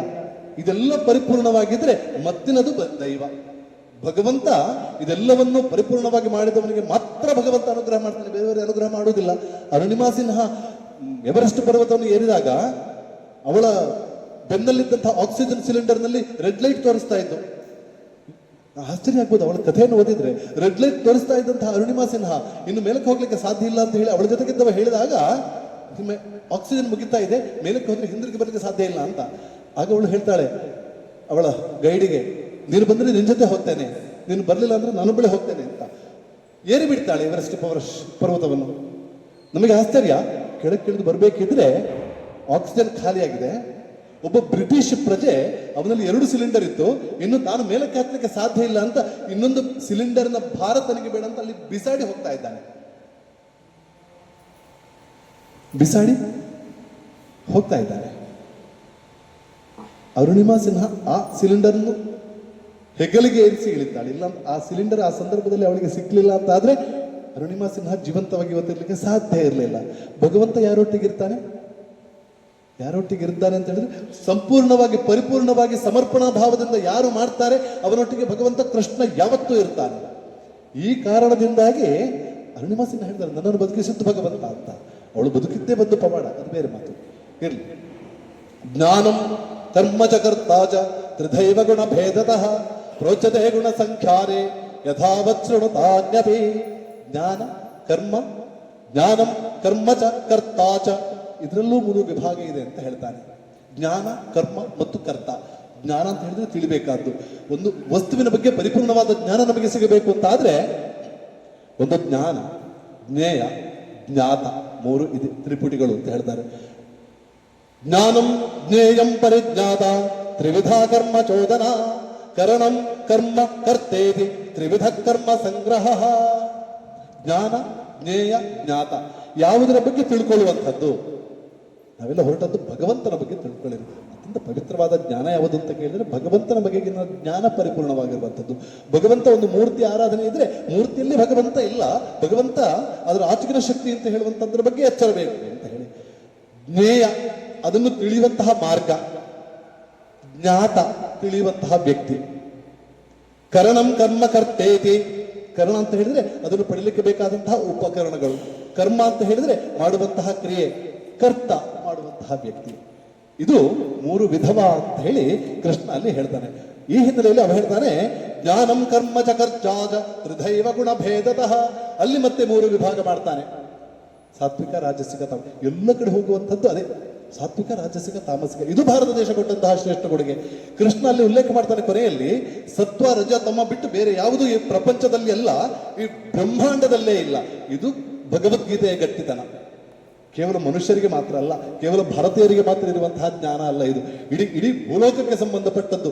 ಅದು ಅಲ್ಲ, ಇಡೀ ಬ್ರಹ್ಮಾಂಡಕ್ಕೆ ಸಂಬಂಧಪಟ್ಟಂತಹ ಜ್ಞಾನ. ಈ ಹಿನ್ನೆಲೆಯಲ್ಲಿ 4ನೇ ಅಧ್ಯಾಯದ ಆರಂಭದಲ್ಲಿ ಕೃಷ್ಣ ಹೇಳ್ತಾನಲ್ಲ, ಇಮಂ ವಿವಸ್ವದೇ ಯೋಗಂ ಪ್ರೋಕ್ತವಾದಹ ವ್ಯಯಂ ವಿವಸ್ವಾನ್ ಮನವೇ ಪ್ರಾಹು ಮಧುರಿಕ್ಷ್ವಾಕವೇ ಪ್ರವೀ. ಅಲ್ಲಿಂದ ಇಳಿದು ಬಂದಿರುವಂತಹ ಜ್ಞಾನ ಇದು ಅಂತ ಹೇಳಿ. ಹಾಗಿದ್ರೆ ಜ್ಞಾನ 3 ವಿಧವಾದ ಜ್ಞಾನ ಯಾವ ರೀತಿ ಇರ್ತದೆ ಅದೆಲ್ಲ ಹೇಳ್ತಾನೆ. ಸರ್ವಭೂತಸ್ಥಮಾತ್ಮ ಸರ್ವಭೂತೇಷು ಏನೈಕಂ ಭಾವಮವ್ಯಯಮೀಕ್ಷತೆ ಅವಿಭಕ್ತಂ ವಿಭಕ್ತೇಷು ತಜ್ಞಾನಂ ಬುದ್ಧಿ ಸಾತ್ವಿಕಂ. ಸಾತ್ವಿಕವಾದ ಜ್ಞಾನ ಎಲ್ಲ ಕಡೆ ಭಗವಂತನನ್ನು ಕಾಡುವಂಥದ್ದು. ಪ್ರತಿಯೊಂದು ಸ್ಥಳದಲ್ಲೂ ಭಗವಂತನನ್ನು ಕಾಡುವಂತಹ ಎಚ್ಚರ ನಮಗೆ ಬೇಕು ಅಂತ. ಸರ್ವಭೂತೇಷು ಏನೈಕಂ ಭಾವಮಪಿ ವೀಕ್ಷತೆ. ಹಿಂದಿನ ಅಧ್ಯಾಯದಲ್ಲಿ ಹೇಳಿದ ಸರ್ವಭೂತಸ್ಥಮಾತ್ಮಾನಂ, ಎಲ್ಲ ಜೀವರಾಶಿಗಳಲ್ಲಿರುವಂಥದ್ದು ಭಗವಂತನ ಆ ಚೈತನ್ಯ ಅಂತ ಹೇಳಿ. ಈ ಹಿನ್ನೆಲೆಯಲ್ಲಿ ಆ ಸಾತ್ವಿಕ ಜ್ಞಾನ ಯಾವ ರೀತಿ ಇರ್ತದೆ ಅಂತ ಕೇಳಿದ್ರೆ, ಒಬ್ಬ ವ್ಯಕ್ತಿ ಎಲ್ಲ ಕಡೆ ನೋಡುವಂಥದ್ದು ಒಬ್ಬನನ್ನೇ, ಬೇರೆಯವರನ್ನು ನೋಡೋದಿಲ್ಲ. ಒಬ್ಬ ಮುನಿ ಹೀಗೆ ಹೋಗ್ತಾ ಇರಬೇಕಿದ್ರೆ ಅವನೊಟ್ಟಿಗೆ ಒಬ್ಬ ಕಳ್ಳ ಸೇರಿಕೊಂಡವ ಹೀಗೆ ಊಟ ಮಾಡ್ತಾ ಇರುವಾಗ ಒಂದು ಕಲ್ಲು ಸಿಕ್ಕಿತ್ತು. ಕಲ್ಲು ಅವನ ಚೀಲದಲ್ಲಿತ್ತು. ಕಲ್ಲು ತಂದರೆ ಆ ಕಲ್ಲು ಏನು ಅಂತ ಹೇಳಿ ಆ ಸಂತನಿಗೆ ಗೊತ್ತಿರಲಿಲ್ಲ. ಅವೇನು ಮಾಡ್ತಾನೆ, ಈ ಅರ್ಥದಲ್ಲಿ ಕಳ್ಳ ಅಂತ ಹೇಳಿದ್ರೆ ಸಾತ್ವಿಕ ಕಳ್ಳ, ಅವನಿಗೆ ಕೊಟ್ಟುಬಿಡಿದ್ರೆ ನೀನು ಇಟ್ಟುಕೋಪ ಅಂತ ಹೇಳಿ ಅವ ಊರಿಗೆ ಹೋದವನೇ ಆ ಕಲ್ಲನ್ನು ಒಬ್ಬ ವಜ್ರದ ವ್ಯಾಪಾರಿಗೆ ತೋರಿಸ್ತಾನೆ. ನೋಡ್ತೀನಿ ವಜ್ರ ಕೋಟಿಗಟ್ಟಲೆ ಬೆಲೆ ಬಾಳುವಂಥದ್ದು. ಸರಿ, ಯೋಚನೆ ಬಂತು, ಇನ್ನೊಂದು ಸಾರಿ ಅವರಿಗೆ ಭೇಟಿ ಆದರೆ ಒಳ್ಳೇದು ಅಂತ ಹೇಳಿ ಆ ಸಂತನ ಹತ್ರ ಹೋಗ್ತಾನೆ. ಆ ಸಂತನ ಹತ್ರ ಹೋಗಿ ಹೇಳ್ತಾನೆ, ಸ್ವಾಮಿ ನೀವತ್ತೊಂದು ನನಗೆ ಕಲ್ಲು ಕೊಟ್ಟಿದ್ರಿ, ಅದು ಕೊಟ್ಟಿದ್ರೆ ಬೆಲೆ ಬಾಳುವಂಥದ್ದು, ನನಗೆ ಯಾಕೆ ಕೊಟ್ರಿ ಅಂತ ಹೇಳಿ. ಓಹ್, ಕೊಟ್ಟಿದ್ರೆ ಬೆಲೆ ಬಾಳ್ತದೆ ಅದು, ನೋಡಪ್ಪ ಇನ್ನೊಂದಿದ್ರೆ ಹುಡುಕ್ತೇನೆ ಅಂತ ಹೇಳಿ ಚಿರಕೈ ಹಾಕ್ತಾ ಇದ್ದಾರಂತೆ. ಇದ್ರೆ ಅದನ್ನು ಕೊಟ್ಟು ಬಿಡುವ ಅಂತ. ಈ ಭಾವ ಬರಬೇಕು ಅಂತಾದ್ರೆ ಇದು ಪರಿಪೂರ್ಣವಾದ ಜ್ಞಾನ ಅಂತ. ಇಂತಹ ಭಾವ ಸಕಲ ಜೀವರಾಶಿಗಳಲ್ಲೂ ಭಗವಂತನನ್ನು ಕಾಡುವಂತಹ ಜ್ಞಾನ, ಅದು ಸಾತ್ವಿಕವಾದ ಜ್ಞಾನ. ಪೃಥಕ್ತ್ವೇನ ದ್ವಯಜ್ಞಾನಂ ನಾನಾ ಭಾವಾನ್ ಪೃಥಗ್ವಿಧಾನ್ ವೇತಿ ಸರ್ವೇಷು ಭೂತೇಷು ತಜ್ಞಾನಂ ವಿದ್ಧಿ ರಾಜಸಂ. ರಾಜಸವಾದ ಜ್ಞಾನ ಯಾವುದಂತ ಕೇಳಿದ್ರೆ ಬೇರೆಯವರಲ್ಲಿ ಬೇರೆ ಬೇರೆ ಆಗಿರುವಂತಹ ಮನುಷ್ಯರನ್ನು ಕಾಣುವಂಥದ್ದು ಅಷ್ಟೇ. ನಾನು ಬೇರೆ, ಆತ ಬೇರೆ, ಇನ್ನೊಬ್ಬ ಬೇರೆ. ಈ ಅಪರಿಪೂರ್ಣವಾದ ಜ್ಞಾನ ಅಂತ. ಮುಂದುವರಿಸಿ, ತಾಮಸವಾದ ಜ್ಞಾನ ಹೇಗಿರ್ತದೆ? ಯತ್ತು ಕೃತ್ಸ್ನವದೇ ಕಸ್ಮಿನ್ ಕಾರ್ಯೇ ಸಕ್ತಮ ಹೈತುಕಂ ಅದತ್ವಾರ್ಥವದಲ್ ಪಂಚ ತತ್ತಾಮಸಮುದಾಹೃತಂ. ನಾನು ಹೇಳಿದ್ದೆ ಮೇಲ್ಮಟ್ಟದ್ದು, ಇನ್ನೊಂದನ್ನು ಒಪ್ಪಲಿಕ್ಕೆ ತಯಾರೇ ಇಲ್ಲ. ನಾವು ಸಹಜವಾಗಿ ನಮ್ಮ ಸಾಮಾಜಿಕವಾಗಿ ಗಮನಿಸಿದಾಗ ಇದು ನಮಗೆ ಅರ್ಥ ಆಗ್ತದೆ. ಸನಾತನ ಭಾರತೀಯ ಪರಂಪರೆ ಯಾಕೆ ಶ್ರೇಷ್ಠ, ಯಾಕೆ ಅದು ಪರಿಪೂರ್ಣವಾಗಿರುವಂಥದ್ದು, ಯಾಕೆ ಅದು ಪವಿತ್ರವಾಗಿರುವಂಥದ್ದು, ಯಾಕೆ ಸನಾತನವಾಗಿರುವಂಥದ್ದು ಅಂತ. ಸಕಲ ಜೀವರಾಶಿಗಳಲ್ಲೂ ಭಗವಂತನನ್ನು ನೋಡುವಂಥದ್ದು ಅದು ಭಾರತೀಯ ಪರಂಪರೆ ಪ್ರಪಂಚಕ್ಕೆ ಹೇಳಿಕೊಟ್ಟಂತಹ ಜ್ಞಾನ. ನಾನು ಹೇಳಿದ್ದೇ ಸತ್ಯ, ಇದರ ಮಿಗಿಲಾಗಿ ಇಲ್ಲಿ ಯಾವುದೂ ಇಲ್ಲ. ಇದನ್ನು ನೀವು ನಂಬದೇ ಇದ್ರೆ ತಲೆ ಕಡಿತೇವೆ ಅಂತ ಹೇಳಿದರೆ ಅದು ತಾಮಸವಾದ ಜ್ಞಾನವಾಗ್ತದೆ. ನಾವೆಲ್ಲ ವಸುಧೈವ ಕುಟುಂಬಕಂ ಅನ್ನುವಂತಹ ಭಾವದಲ್ಲಿರುವಂಥವರು. ಇವತ್ತು ನಾವು ನಮ್ಮ ರಾಜಕೀಯ ವ್ಯವಸ್ಥೆಯನ್ನು ಗಮನಿಸಿದಾಗ ನಮಗೆ ಅರ್ಥ ಆಗ್ತದೆ, ಅಖಂಡ ಭಾರತವಾಗಬೇಕು ಅನ್ನುವಂತಹ ಪರಿಕಲ್ಪನೆ. ಇವತ್ತು ಒಂದೊಂದು ರಾಜ್ಯವನ್ನು ನಾವು ಸೂಕ್ಷ್ಮವಾಗಿ ಅವಲೋಕನ ಮಾಡಿದರೆ, ಪಶ್ಚಿಮ ಬಂಗಾಳ ಇರಬಹುದು, ಕೇರಳ ಇರಬಹುದು, ತಮಿಳುನಾಡು ಇರಬಹುದು, ಇಲ್ಲೆಲ್ಲ ನಮ್ಮದೇ ಸ್ವಾಯತ್ತವಾಗಬೇಕು, ನಮ್ಮದೇ ಅಧಿಕಾರ ಆಗಬೇಕು, ನಮಗೂ ರಾಷ್ಟ್ರಕ್ಕೂ ಸಂಬಂಧವೇ ಇಲ್ಲ ಅನ್ನುವಂತಹ ರೀತಿಯಲ್ಲಿ ನಾವು ಪ್ರವರ್ತಿಸ್ತಾ ಇರುವಂತಹದ್ದನ್ನು ಕಂಡಾಗ ಅಖಂಡ ಭಾರತದ ಪರಿಕಲ್ಪನೆ ಎಲ್ಲೋ ಹೊರಟು ಹೋಗ್ತಾ ಇದೆ ಅನ್ನುವಂತಹ ಭಾವನೆ ಸಹಜವಾಗಿ ಬರ್ತದೆ. ಇಡೀ ರಾಷ್ಟ್ರವೇ ಒಂದು ಅನ್ನುವಂತಹ ಭಾವ ಇಟ್ಟುಕೊಂಡಾಗ ಪ್ರತ್ಯೇಕವಾಗಿರುವುದಿಲ್ಲ, ಅದು ಪರಿಪೂರ್ಣವಾಗಿರ್ತದೆ. ಪ್ರತ್ಯೇಕತೆಯ ಭಾವವನ್ನು ಬಿಟ್ಟರೆ ಪೃಥಕ್ತ್ವೇನ ದ್ವಯಜ್ಞಾನಂ ನಾನಾ ಭಾವಾನ್ ಪೃಥಗ್ವಿಧಾನ್, ಬೇರೆ ಬೇರೆ ಅನ್ನುವಂತಹ ಭಾವ ಬಂದ ಕೂಡಲೇ ಅದು ರಾಜಸಿಕವಾದ ಪ್ರವೃತ್ತಿ ಆಗ್ತದೆ, ರಾಜಸಿಕವಾದ ಜ್ಞಾನವಾಗ್ತದೆ. ಈ ಹಿನ್ನೆಲೆಯಲ್ಲಿ ನಾವು ಆ ತಾಮಸ ಜ್ಞಾನದಿಂದ ಮೇಲಕ್ಕೆ ಬಂದು ರಜೋಜ್ಞಾನದಿಂದ ಮೇಲಕ್ಕೆ ಬಂದು ಎಲ್ಲ ಕಡೆ ಇರುವಂತಹ ಭಗವಂತನನ್ನು ಕಾಣುವಂತಹ ನಿಟ್ಟಿನಲ್ಲಿ ನಮ್ಮನ್ನು ನಾವು ವಿಸ್ತರಿಸಬೇಕು ಅನ್ನುವಂತಹ ಸೂಚನೆಯನ್ನು ಕೃಷ್ಣ ಹೇಳ್ತಾನೆ. ಎಲ್ಲರೊಳು ತಾನು ತನ್ನೊಳಗೆಲ್ಲರಿರುವವೋ ಎಲ್ಲೆಲ್ಲಿಯೂ ನೋಡಿ ನಡೆದು ನಗು ತಳುತ್ತಾ ಬೆಲ್ಲಲೋಕಕ್ಕಾಗಿ ತನಗೆ ತಾಂಕಲ್ಲಾಗ ಬಲ್ಲವನೇ ಮುಕ್ತನಲ ಮಂಕುತಿಮ್ಮ. ಇದು ಈ ಜ್ಞಾನದ ಪರಿಧಿ ನಮ್ಮದು ಯಾವ ಮಟ್ಟಕ್ಕಿದೆ ಅನ್ನುವಂಥದ್ದನ್ನು ನಮ್ಮಲ್ಲಿ ನಾವು ಪ್ರಶ್ನಿಸಬೇಕಾದಂತಹ ರೂಪದಲ್ಲಿ ಕೃಷ್ಣ ಅಲ್ಲಿ ಅರ್ಜುನನಿಗೆ ಹೇಳಿಕೊಟ್ಟ. ಜ್ಞಾನ ಆದಮೇಲೆ ಕರ್ಮದ ಬಗ್ಗೆ ಹೇಳ್ತಾನೆ. ನಿಯತಂ ಸಂಗರಹಿತಂ ಅರಾಗದ್ವೇಷ ತಕೃತಂ ಅಫಲ ಪ್ರೇಪ್ಸುನಾ ಕರ್ಮ ಯತ್ತತ್ ಸಾತ್ವಿಕ ಮುಚ್ಚತೆ ಯತ್ತು ಕಾಮೇಪ್ಸುನಾ ಕರ್ಮ ಸಾಹಂಕಾರೇಣ ವಾ ಪುನಃ ಕ್ರಿಯತೆ ಬಹುಲಾಯಾಸಂ ತದ್ರಾಜಸಮುದಾಹೃತಂ ಅನುಬಂಧಂ ಕ್ಷಯಂ ಹಿಂಸಾಂ ಅನವೇಕ್ಷಜ ಪೌರುಷಂ ಮೋಹಾದಾರಭ್ಯತೆ ಕರ್ಮ ತತ್ತಾಮಸಮುದಾಹೃತಂ. 3 ವಿಭಾಗದಲ್ಲಿ ಕರ್ಮವನ್ನು ಹೇಳಿಕೊಡ್ತಾರೆ. ನಿಯತಂ ಸಂಗರಹಿತಂ ಅರಾಗದ್ವೇಷದ, ನಿಯತ್ತಾಗಿ ಮಾಡಪ್ಪ ನಿನ್ನ ಕೆಲಸವನ್ನು, ಅದು ಸಾತ್ವಿಕವಾಗ್ತದೆ. ನಿಯತಂ ಗುರು ಕರ್ಮತ್ವಂ ಕರ್ಮಜ್ಜಾಯೋಷ್ಯ ಕರ್ಮಣಃ ಶರೀರ ಯಾತ್ರಾ ಪಿಚತೆ ನ ಪ್ರಸಿದ್ಧೇದ ಕರ್ಮಣಃ. 3ನೇ ಅಧ್ಯಾಯದಲ್ಲಿ ಹೇಳಿಕೊಟ್ಟ ನಮಗೆ. ಇದನ್ನು ಮತ್ತೆ ನೆನಪಿಸ್ತಾ ಇದ್ದಾನೆ.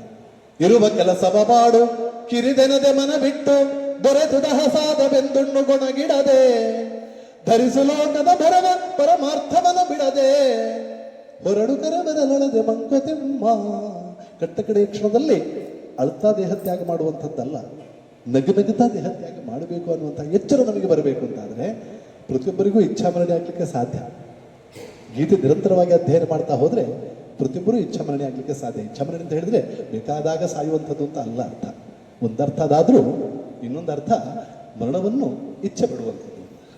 ಯಾಕಂದ್ರೆ ಅನಿವಾರ್ಯ, ನಮಗೆ ಮರಣ ಬಾರದೇ ಇರಲಿಕ್ಕೆ ಯಾರಿಂದಲೂ ಸಾಧ್ಯ ಇಲ್ಲ. ಇದು ಅನಿವಾರ್ಯ. ಪ್ರತಿಯೊಬ್ಬರೂ ಈ ದೇಹತ್ಯಾಗ ಮಾಡಲೇಬೇಕು, ಈ ಲೋಕವನ್ನು ಬಿಟ್ಟು ಹೋಗಲೇಬೇಕಾಗ್ತದೆ. ಇದು ನಿತ್ಯ ಸತ್ಯ. ಹೋಗುವಂಥದ್ದನ್ನು ದುಃಖಪಟ್ಟು ಹೋದ್ರೂ ಒಂದೇ, ಇಚ್ಛೆಪಟ್ಟು ಹೋದ್ರೂ ಒಂದೇ. ಆದರೆ ಇಚ್ಛೆಪಟ್ಟು ಹೋದಾಗ ಅದರ ಗೌರವ ಜಾಸ್ತಿ ಆಗ್ತದೆ. ಮೊನ್ನೆ ನಮ್ಮ ಶತಾಯುಷಿ ರವಿರಾಜ ಬಲ್ಲಾಳರವರು ನಮ್ಮ ದೇಹತ್ಯಾಗ ಮಾಡ್ತಾರೆ. ಅವರ ಸೋದರಳಿಯ ಭುಜಬಲಿಯವರಿದ್ದಾರೆ. ಅವರ ಕಟ್ಟೆ 3-4 ವರ್ಷ ಆಗಿತ್ತು.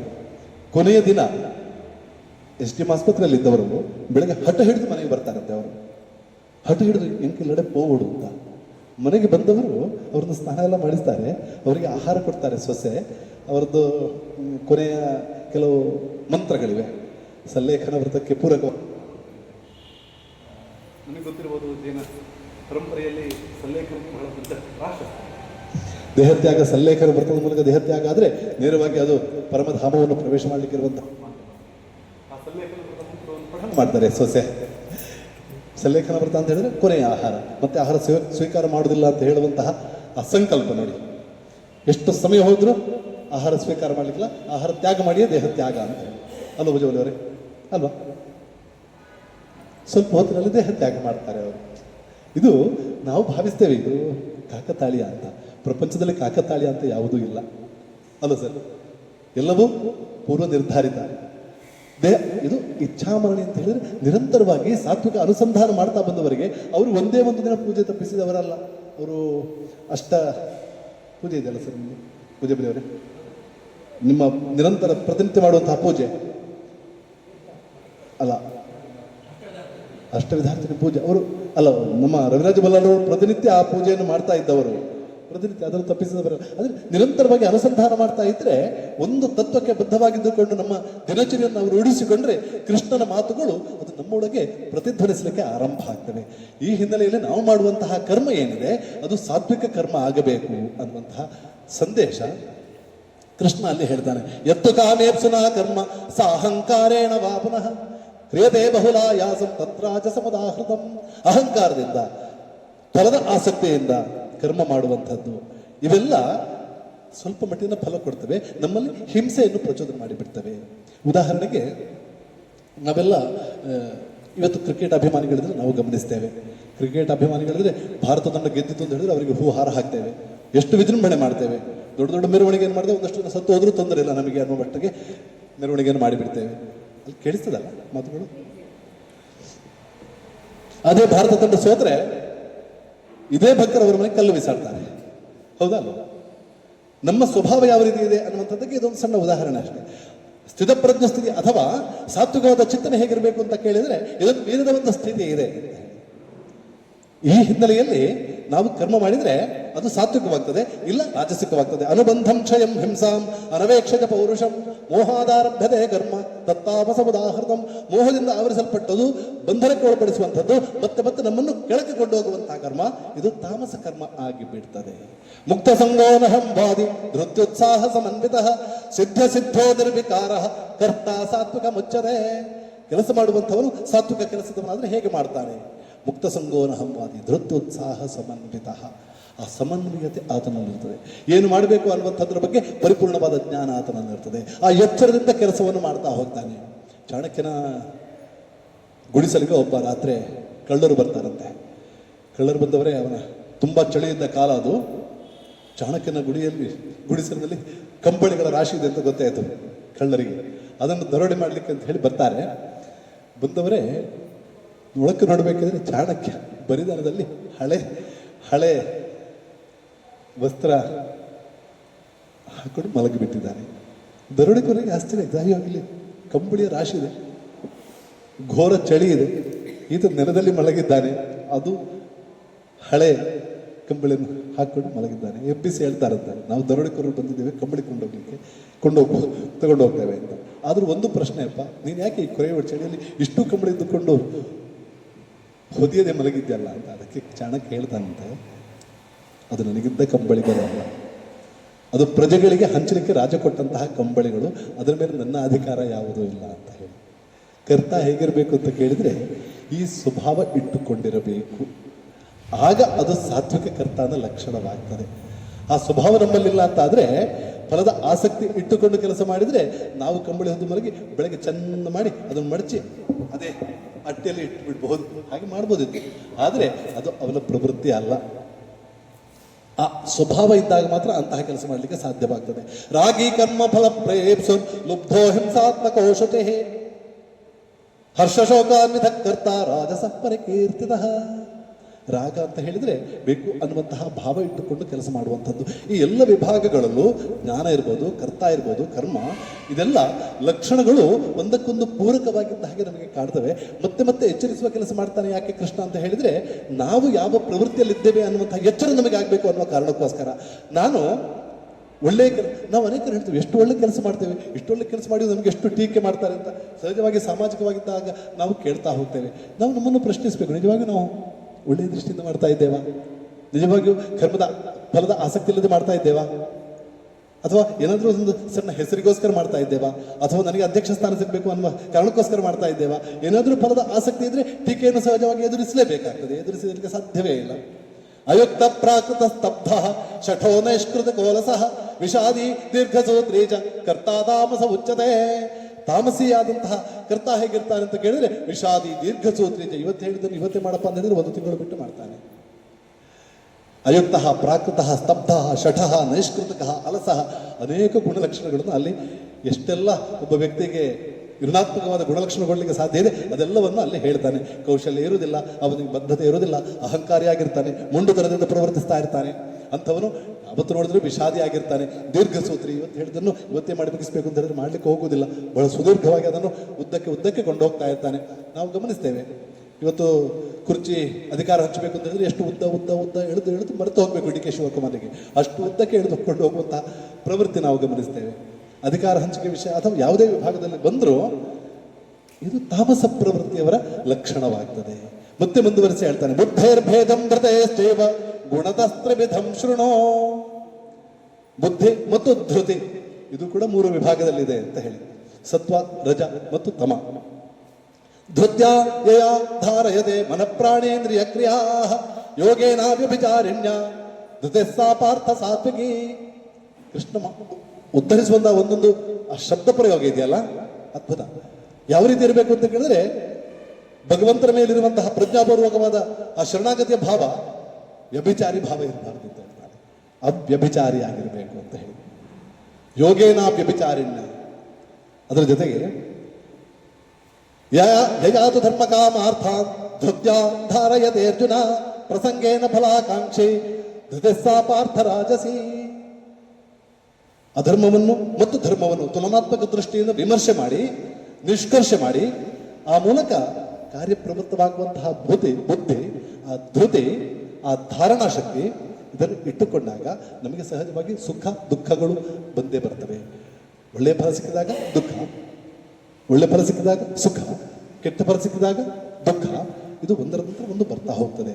ಅದಕ್ಕೆ ಪ್ರಾಜ್ಞರು ಹೇಳ್ತಾರೆ, ಸುಖಸ್ಯಾನಂತರಂ ದುಃಖಂ, ದುಃಖಸ್ಯಾನಂತರಂ.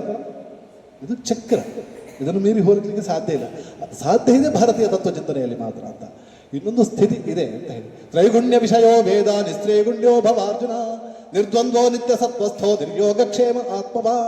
3ನೇ ಅಧ್ಯಾಯದಲ್ಲಿ ಹೇಳಿಕೊಟ್ಟ ನಮಗೆ 3 ಗುಣಗಳಿಗೆ ಅತೀತವಾದ ಒಂದು ಸ್ಥಿತಿ ಇದೆ.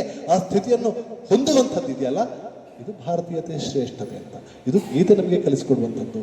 ಆ ಎಲ್ಲ ಗುಣಗಳಿಗೂ ಮೀರಿದ ಒಂದು ನಿಸ್ತ್ರೈಗುಣ್ಯ ಸ್ಥಿತಿ ಅಂತ ಇದೆ. ಆ ಸುಖ ದುಃಖದ ಎಲ್ಲ ಎಲ್ಲೆಗಳನ್ನು ಮೀರಿ ಶಾಶ್ವತವಾದ ಸುಖವನ್ನು ಅನುಭವಿಸಲಿಕ್ಕೆ ಬೇಕಾದಂತಹ ಅವಕಾಶಗಳು ನಮಗಿವೆ.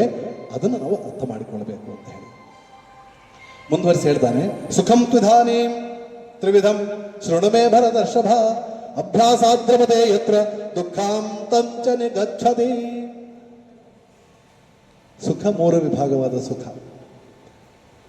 ಇದು ನಾವು ನಮ್ಮ ನಿತ್ಯ ಜೀವನಕ್ಕೆ ಬಹಳಷ್ಟು ಅನ್ವಯಿಸಲಿಕ್ಕೆ ಸಹಕಾರಿಯಾಗುವಂಥದ್ದು. 3 ವಿಧವಾದ ಸುಖ ಹೇಗಿರ್ತದೆ ಅಂತ ಕೇಳಿದ್ರೆ, ಸಾತ್ವಿಕ ಸುಖ, ರಾಜಸ ಸುಖ, ತಾಮಸ ಸುಖ. ಯತ್ತದಗ್ರೇ ವಿಷಮಿವ ಪರಿಣಾಮೇ ಅಮೃತೋಪಮಂ ತತ್ಸುಖಂ ಸಾತ್ವಿಕಂ ಪ್ರೋಕ್ತಂ ಆತ್ಮಬುದ್ಧಿ ಪ್ರಸಾದಜಂ. ಆರಂಭದಲ್ಲಿ ದುಃಖವನ್ನು ಕೊಡ್ತದೆ. ದೀರ್ಘಕಾಲೀನ ಸುಖ ನಮಗೆ ಸಿಗಬೇಕು ಅಂತಾದ್ರೆ ಆರಂಭದಲ್ಲಿನ ದುಃಖವನ್ನು ತಡೆದುಕೊಳ್ಳುವಂತಹ ಮನೋಸಿದ್ಧತೆ ನಮ್ಮದಾಗಬೇಕು. ತಕ್ಷಣಕ್ಕೆ ಸುಖ ಸಿಕ್ಕಿದ್ರೆ ದುಃಖ ಕಟ್ಟಿಟ್ಟ ಬುದ್ಧಿ. ತಕ್ಷಣಕ್ಕೆ ಸುಖ ಸಿಕ್ಕಿದ್ರೆ ಖಂಡಿತವಾಗಿಯೂ ದುಃಖವನ್ನು ಅನುಭವಿಸಲೇಬೇಕು. ಎತ್ತದಗ್ರೇ ವಿಷಮಿವ ಪರಿಣಾಮೇ ಅಮೃತೋಪಮ. ಮಕ್ಕಳು, ವಿದ್ಯಾರ್ಥಿಗಳು ಕಷ್ಟಪಟ್ಟು ಓದಿದ್ರೆ, ಇದು ಕಷ್ಟ ಅಂತ ಯೋಚನೆ ಮಾಡದೆ ಕಷ್ಟಪಟ್ಟು ಓದಿದ್ರೆ ಮತ್ತೆ ಸುಖ ಸಿಗ್ತದೆ. ವಿದ್ಯಾರ್ಥಿ ಜೀವನದಲ್ಲಿ ಇದು ಕಷ್ಟ ಆಗ್ತದೆ, ಈಗ ಸುಖ ಪಡುವ ಅಂತ ಹೇಳಿ ಓದದೆ ಆಚೆ ಈಚೆ ತಿರುಗುತ್ತಾ ಕಾಲ ಹರಣ ಮಾಡಿದ್ರೆ ದೀರ್ಘಕಾಲೀನ ದುಃಖ ಸಿಗ್ತದೆ. ಹೌದಲ್ವ? ಯತ್ತದಗ್ರೇ ವಿಷಮಿವ ಪರಿಣಾಮೇ ಅಮೃತೋಪಮಂ ತತ್ಸುಖಂ ಸಾತ್ವಿಕಂ ಪ್ರೋಕ್ತಂ ಆತ್ಮಬುದ್ಧಿ ಪ್ರಸಾದಜಂ.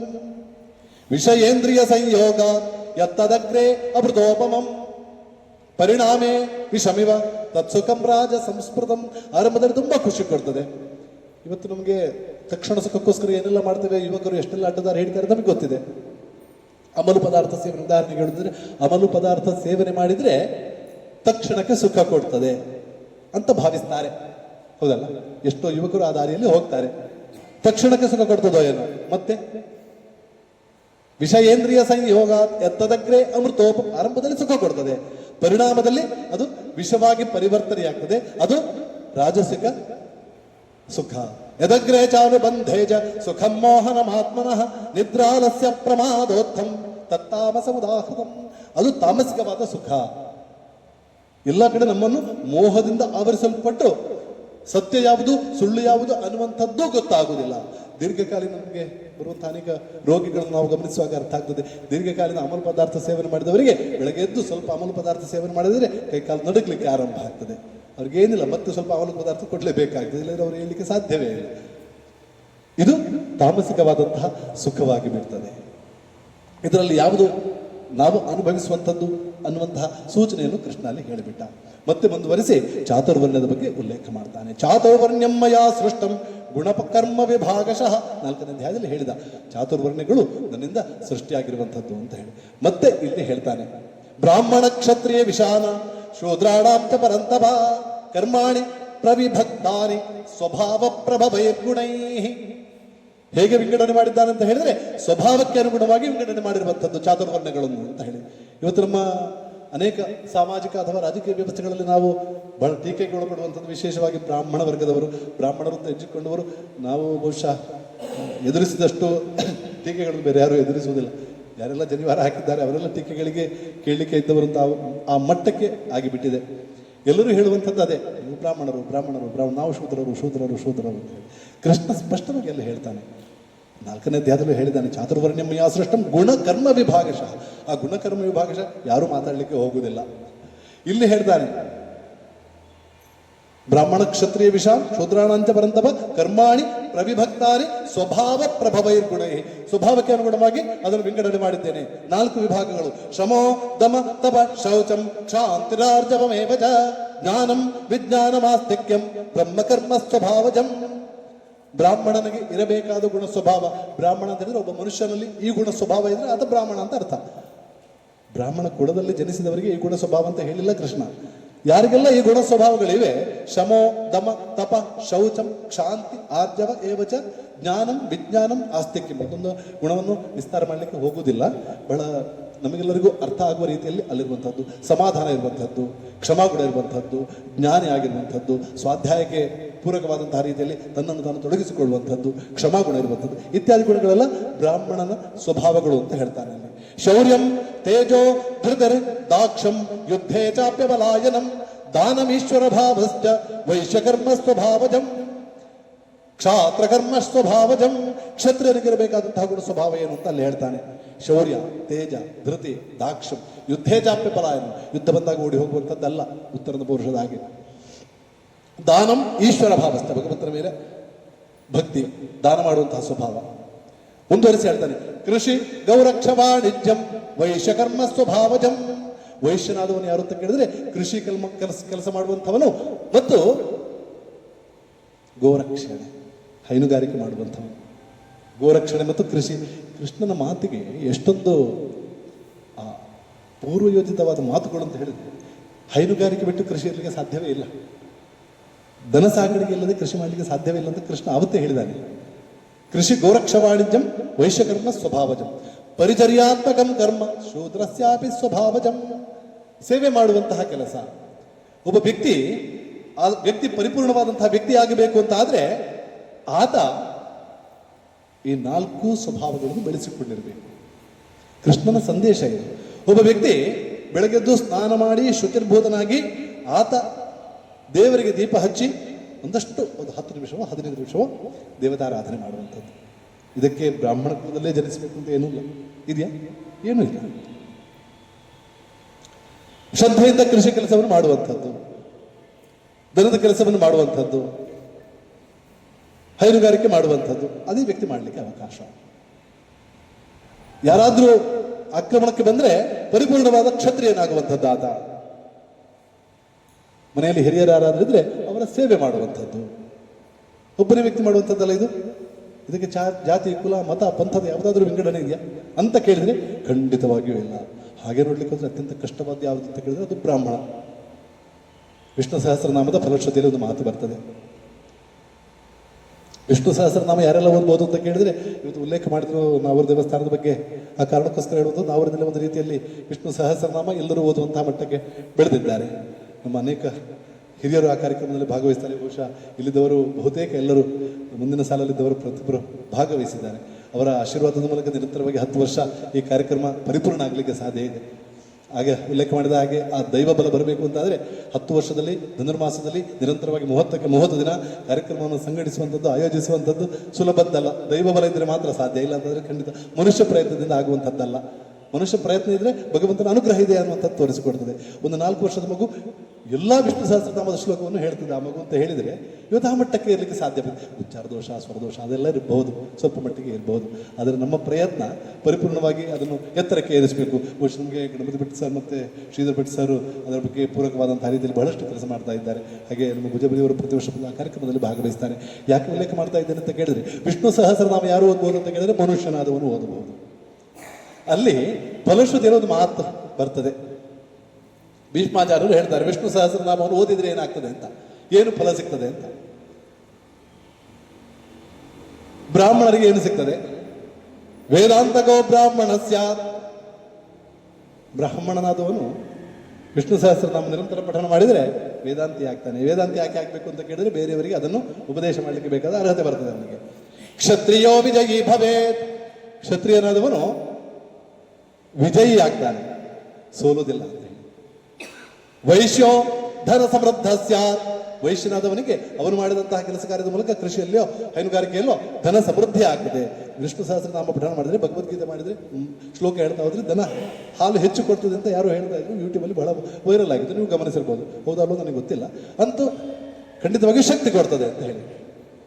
ಶೂದ್ರ ಸುಖಮವಾಪ್ತು ಯಾತ್.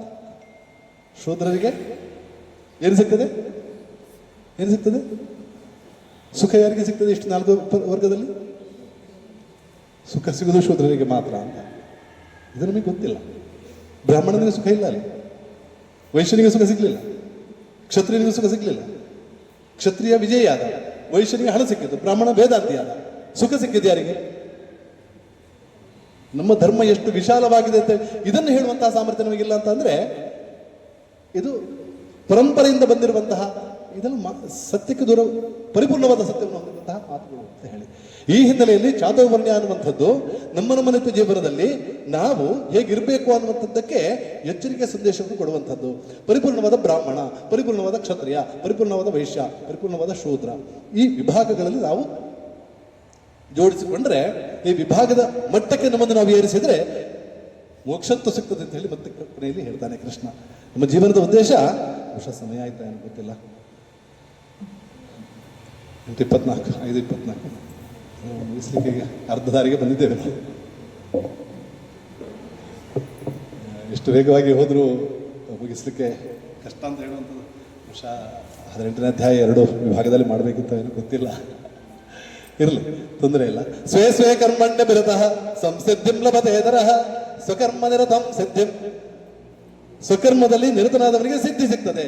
ಸ್ವೇ ಸ್ವೇ ಕರ್ಮಣ್ಯ ಬಿರತಃ ಸಂಸಿದ್ಧಿಂ ಲಭತೇತರಃ. ನನ್ನ ಕರ್ಮದಲ್ಲಿ ನಾನು ಅತ್ಯಂತ ಶ್ರದ್ಧೆಯಿಂದ ಇದ್ದಾಗ ಶ್ರೇಯಾನ್ ಸ್ವಧರ್ಮೋ ವಿಗುಣಃ ಪರಧರ್ಮಾತ್ ಸ್ವನುಷ್ಠಿತಾತ್ ಸ್ವಭಾವನಿಯತಂ ಕರ್ಮ ಕುರ್ವನ್ನಾಪ್ನೋತಿ ಕಿಲ್ಬಿಷಂ. ನನ್ನ ಧರ್ಮ ಈಗ ವೈದ್ಯಕೀಯ ವೃತ್ತಿಯಲ್ಲಿದ್ದಾಗ ನಾನು ವೈದ್ಯಕೀಯ ವೃತ್ತಿಯನ್ನು ಶ್ರದ್ಧೆಯಿಂದ ಮಾಡುವಂಥದ್ದು. ಒಬ್ಬನೇ ವೈದ್ಯ ಒಂದು ಎಲ್ಲವನ್ನು ಮಾಡಲಿಕ್ಕೆ ಆಗೋದಿಲ್ಲ. ಇವತ್ತು ನಮ್ಮ ಸರ್ಜನಲ್ಲಿ ಕೇಳಿದ್ರೆ ಗೊತ್ತಾಗ್ತದೆ.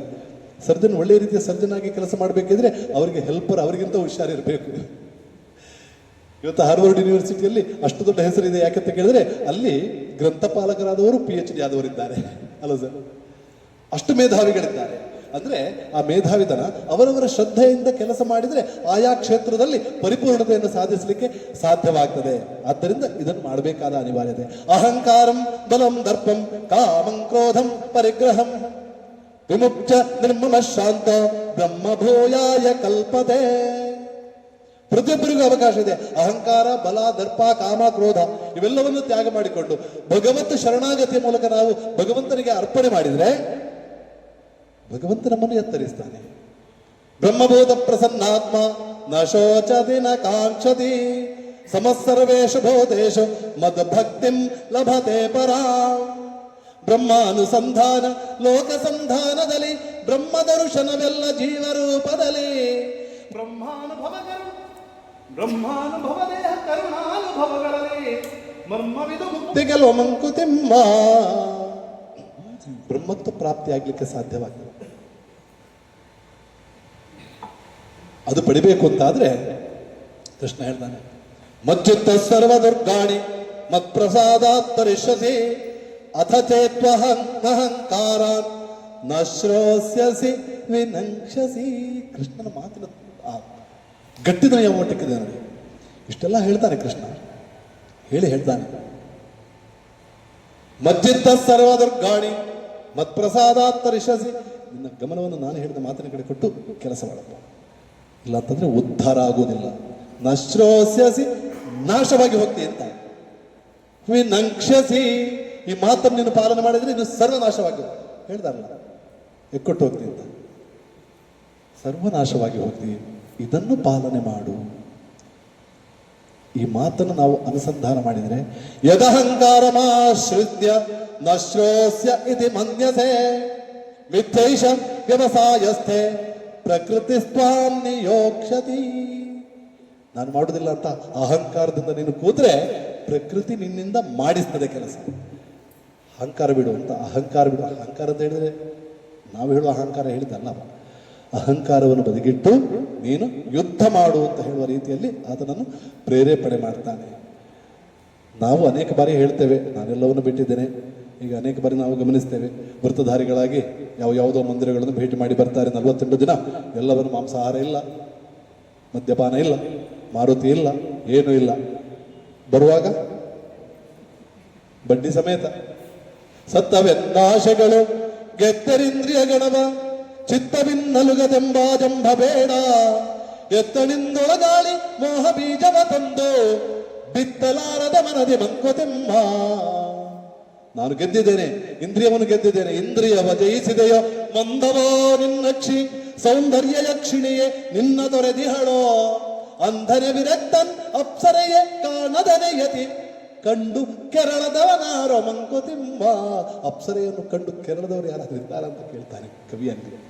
ಅಂದ್ರೆ ವಿಷಯಾವಿನಿವರ್ತಂತೆ ನಿರಾಹಾರಸ್ಯ ದೇಹಿನಃ ರಸವರ್ಜಂ ರಸೋಪ್ಯಸ್ಯ ಪರಂ ದೃಷ್ಟ್ವಾ ನಿವರ್ತದೆ. 2ನೇ ಅಧ್ಯಾಯದಲ್ಲಿ ಸ್ಥಿತಪ್ರಜ್ಞನ ಬಗ್ಗೆ ವರ್ಣನೆ ಮಾಡುವಾಗ ಕೃಷ್ಣ ನಮಗೆ ಹೇಳಿಕೊಟ್ಟ. ಹಾಗಾಗಬಾರದು ಅಂತ ಆದ್ರೆ ನನ್ನಲ್ಲಿ ಸಂಪೂರ್ಣವಾದ ಶರಣಾಗತನಾಗು ನೀನು ಅಂತ ಹೇಳುವ ಸೂಚನೆಯನ್ನು ಕೊಡ್ತಾನೆ. ಇದು ಅಹಂಕಾರಮಾಶ್ರಿತ್ಯ ನಯೋಚೈಸಿ ಮನ್ಯಸೆ ನಿತ್ಯೇಶ ವ್ಯವಸಾಯಸ್ಥೆ ಪ್ರಕೃತಿ ಸ್ವಾಂ ನಿಯೋಕ್ಷತಿ. ಆದ್ದರಿಂದ ಎಲ್ಲವನ್ನು ಸಮರ್ಪಣ ಭಾವ ಮಾಡಿ ನನ್ನಲ್ಲಿ ಶರಣಾಗತನಾಗಿ ನಾನು ಹೇಳಿದಷ್ಟು ಮಾಡು. ಈಶ್ವರ ಸರ್ವಭೂತಾನಾಂ ಹೃದ್ದೇಶೇರ್ಜುನ ತಿಷ್ಠತಿ ಭ್ರಾಮಯನ್ ಸರ್ವಭೂತಾನಿ ಯಂತ್ರಾರೂಢಾಣಿ ಮಾಯಯ. ಕೇವಲ ಶರೀರ ಅನ್ನುವಂಥದ್ದು ಒಂದು ಯಂತ್ರ ಇದ್ದ ಹಾಗೆ. ಇಲ್ಲಿ ಆಡಿಸುವ ಒಳಗಿರುವ ಕಾರಣಕ್ಕೋಸ್ಕರ ನಾವು ಏನೇನೋ ಆಡ್ತಾ ಇದ್ದೀವಿ, ನಾನು ಮಾತಾಡ್ತಾ ಇದ್ದೀನಿ, ನೀವು ಕೇಳ್ತಾ ಇದ್ದೀರಿ. ಒಳಗೆ ಆಡಿಸುವ ಇದ್ದಾನೆ ಅಂತ ಹೇಳಿ. ಹೃದ್ದೇಶೇರ್ಜುನ ತಿಷ್ಠತಿ. ಕೃಷ್ಣ ಪದೇ ಪದೇ ಹೇಳ್ತಾನೆ, ಅನೇಕ ಬಾರಿ ಹೇಳ್ತಾನೆ. ಆದರೆ ನಮಗೆ ನಂಬಿಕೆ ಬರ್ತದೋ, ಒಪ್ಪಿಕೊಳ್ತೇವ, ಧೈರ್ಯ ಬರ್ತದೋ, ಭರವಸೆ ಇದೆಯಾ, ಶ್ರದ್ಧೆ ಇದೆಯಾ ಕೇಳಿದ್ರೆ ಅನೇಕ ಬಾರಿ ಅದು ಬರುವುದು ಸುಲಭ ಅಲ್ಲ ಅಂತ ಹೇಳಿ ಹಿಂದೆ 15ನೇ ಅಧ್ಯಾಯದಲ್ಲಿ ಹೇಳ್ತಾನೆ. ಸರ್ವಭೂತಸ್ಥಮಾತ್ಮಾನಂ ಸರ್ವಸ್ಯ ಚಾಹಂ ಹೃದಯ ಸನ್ನಿವಿಷ್ಟೋ ಮತ್ತಸ್ಮೃತ ಜ್ಞಾನಮಪೋಹನಂಚ ವೇದೈಶ್ಚ ಸರ್ವೈರಹಮೇವ ವೇದ್ಯೋ ವೇದಾಂತ ಕೃದ್ವೇದ ವಿದೇವ ಚಾಹಂ. ಎಲ್ಲರ ಹೃದಯದಲ್ಲೂ ನಾನಿದ್ದೇನೆ ಅಲ್ಲೂ ಹೇಳ್ತಾನೆ. ಉಪದ್ರಷ್ಟಾನುಮಂತಾಜ ಭರ್ತಾ ಭೋಕ್ತಾ ಮಹೇಶ್ವರ ಪರಮಾತ್ಮೇತಿ ಚಾಪ್ಯುಕ್ತೋ ದೇಹೇಸ್ಮಿನ್ ಪುರುಷ ಪರಃ. ಅಲ್ಲಿ ಹೇಳ್ತಾನೆ ನಿಮ್ಮ ಒಳಗಿದ್ದೇನಪ್ಪ, ಭಗವಂತ ಇದ್ದೇನೆ ಅಂತ. ಇಡೀ ಭಗವದ್ಗೀತೆಯಲ್ಲಿ ಒಂದೇ ಒಂದು ಕಡೆ ಹೇಳುವಂಥದ್ದು ಪರಮಾತ್ಮ ಇತ್ಯುದಾಹರಣ. ಪರಮಾತ್ಮ ನಿಮ್ಮ ಒಳಗಿದ್ದಾನೆ ಅಂತ ಒಂದು ಕಡೆ ಉಲ್ಲೇಖ ಮಾಡ್ತಾನೆ. ಭಗವಂತ ಒಳಗಿದ್ದಾನೆ ಅಷ್ಟು ಬಾರಿ ಹೇಳಿದ್ದು ನಮಗೆ ಅರ್ಥ ಆಗುವುದಿಲ್ಲ. ಆಗ್ತದಂತ ಕೇಳಿದ್ರೆ ನಮ್ಮನ್ನು ನಾವು ಪ್ರಶ್ನಿಸಬೇಕು. ನಾವು ನಂಬಲಿಕ್ಕೆ ತಯಾರಿದ್ದೇವ? ಒಳಗೆ ಭಗವಂತ ಇದ್ದಾನೆ ಅಂತ ಹೇಳಿ ನಮಗೆ ಧೈರ್ಯ ಬರ್ತದೆ. ನಮಗೆ ಒಳಗೆ ಭಗವಂತ ಇದ್ದಾನೆ ಯಾರು ಒಪ್ಪಿಕೊಳ್ಳಿಕ್ಕೆ ಧೈರ್ಯ ಬಂದರೆ ಶರಣ ಬರಬೇಕಿದ್ರೆ ಏನು ಮಾಡಬೇಕು ಅಂತ ಹೇಳಿ ಇಡೀ ಗೀತೆ ನಮಗೆ ಉಪದೇಶ ಕೊಡುವಂಥದ್ದು ಈ ಕಾರಣಕ್ಕೋಸ್ಕರ. ಒಳಗಿರುವಂತಹ ಭಗವಂತ ಹೃದ್ದೇಶೇರ್ಜುನ ತಿಷ್ಠತಿ ಭ್ರಾಮಯನ್ ಸರ್ವಭೂತಾನಿ ಯಂತ್ರಾರೂಢಾನಿ ಮಾಯಯ ಇತಿದೇ ಜ್ಞಾನಮಾಖ್ಯಾತಂ ಗುಹ್ಯಾದ್ಗುಹ್ಯತರಂ ಮಯ ವಿಮರ್ಶೇತ ದಶೇಷೇಣ ಯಥಾ ಇಚ್ಛಸಿ ತಥಾ ಕುರು. ಇಷ್ಟೆಲ್ಲ ಹೇಳಿದ್ದೇನೆ, ನಿಮಗೆ ಬೇಕಾದಾಗೆ ಮಾಡುತ್ತ. ಇದು ಸ್ವಾತಂತ್ರ್ಯ, ಭಾರತ ದೇಶ ಕೊಟ್ಟಂತಹ ಜ್ಞಾನದ ಪರಂಪರೆಯ ಸ್ವಾತಂತ್ರ್ಯ ಇದು. ಇತಿದೇ ಜ್ಞಾನಮಾಖ್ಯಾತಂ ಗುಹ್ಯತರಂ ಮಯ ವಿಮರ್ಶೇತತ್ ಅಶೇಷಣ. ಒಂದಿಂಚು ಒಂದು ನೂಲಿನಷ್ಟು ಬಿಡಬೇಡ, ವಿಮರ್ಶೆ ಮಾಡು. ಇಷ್ಟೆಲ್ಲ ವಿಮರ್ಶೆ ಮಾಡಿದರೆ ಮತ್ತೆ ಬೇಕಾದನ್ನು ಮಾಡಪ್ಪ ನೀನು. ಅವನ ಮಾತಿನಲ್ಲಿ ಆ ಒಂದೊಂದು ಶಬ್ದ ಪ್ರಯೋಗ ಅಷ್ಟು ಗಟ್ಟಿಯಾದ. ವಿಮರ್ಶೆ ಮಾಡು ಅಂತ. ವಿಮರ್ಶೆ ಸರಿಯಾಗಿ ಮಾಡಿದವ ಇದನ್ನು ಒಪ್ಪಿಕೊಂಡೇ ಮಾಡ್ತಾನೆ. ಒಪ್ಪಿಕೊಳ್ಳೋದಕ್ಕೆ ಸಾಧ್ಯವೇ ಇಲ್ಲ. ಯಾರು ವಿಮರ್ಶೆ ಮಾಡೋದಿಲ್ಲ ಒಪ್ಪಿಕೊಳ್ಳೋದಿಲ್ಲ ಅಷ್ಟೇ.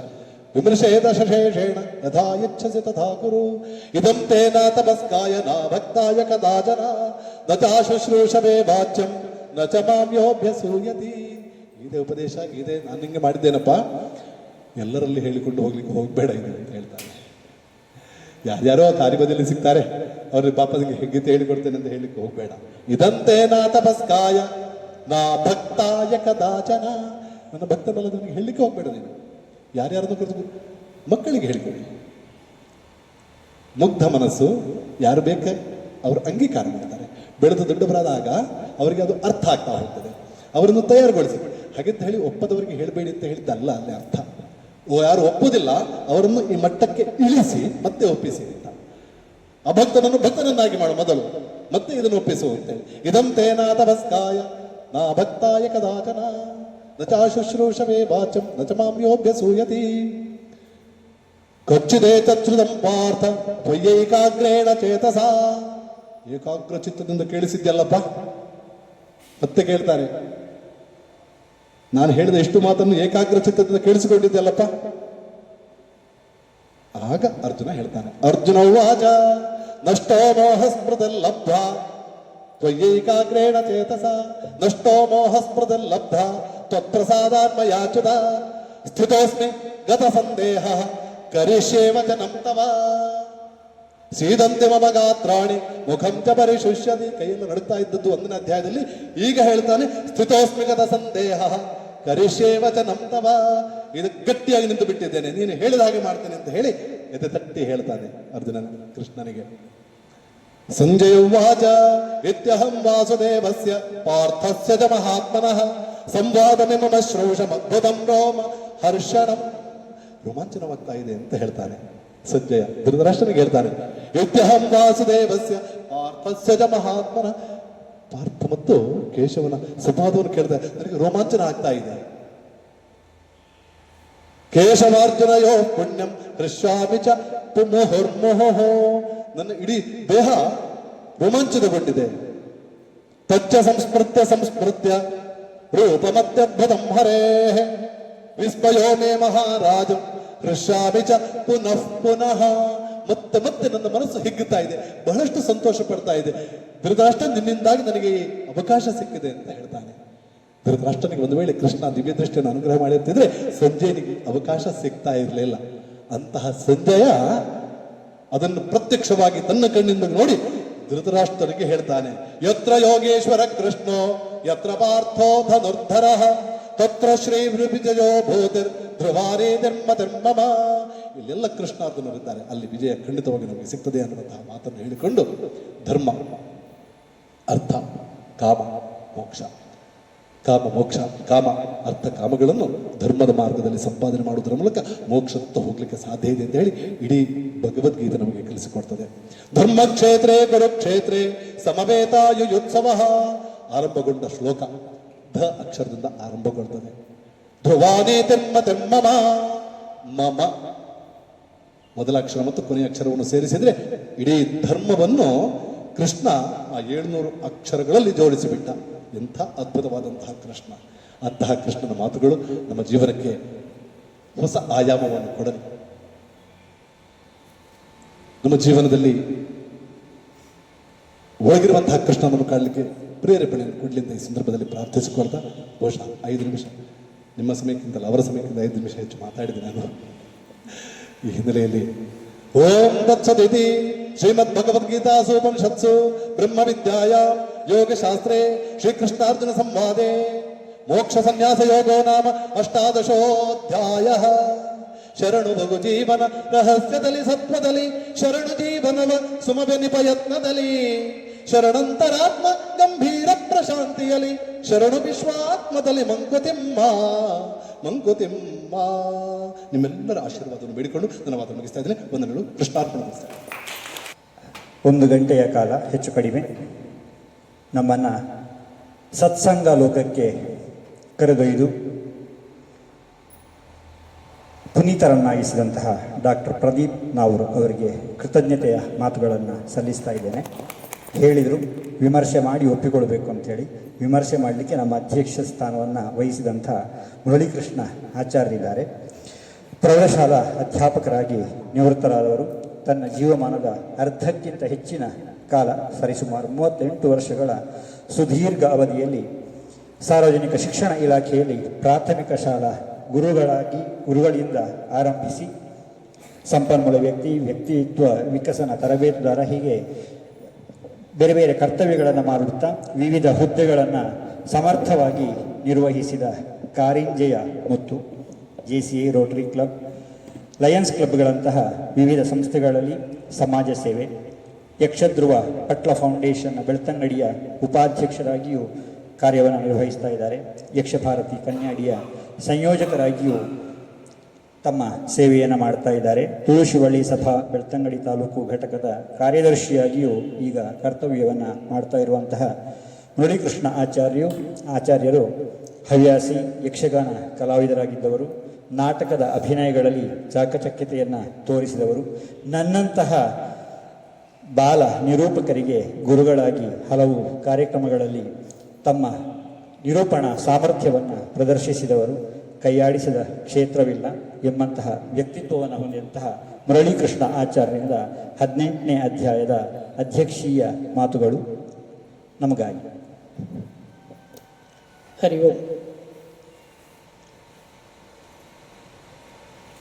1 ಗಂಟೆ 10 ನಿಮಿಷಗಳ ಕಾಲ ಸುದೀರ್ಘವಾಗಿ 18ನೇ ಅಧ್ಯಾಯದ ಮೂಲಕ ಮುಕ್ತಾಯವನ್ನು ಹಾಡಿದಂತಹ ಡಾಕ್ಟರ್ ಪ್ರದೀಪ್ ಸರ್ ಅವರು, ಮುಂಭಾಗದಲ್ಲಿರುವಂತಹ ಎಲ್ಲ ಸಜ್ಜನ ಬಂಧುಗಳು, ಸಾಮಾನ್ಯವಾಗಿ ವೈದಿಕ ಕ್ರಮದಲ್ಲಿ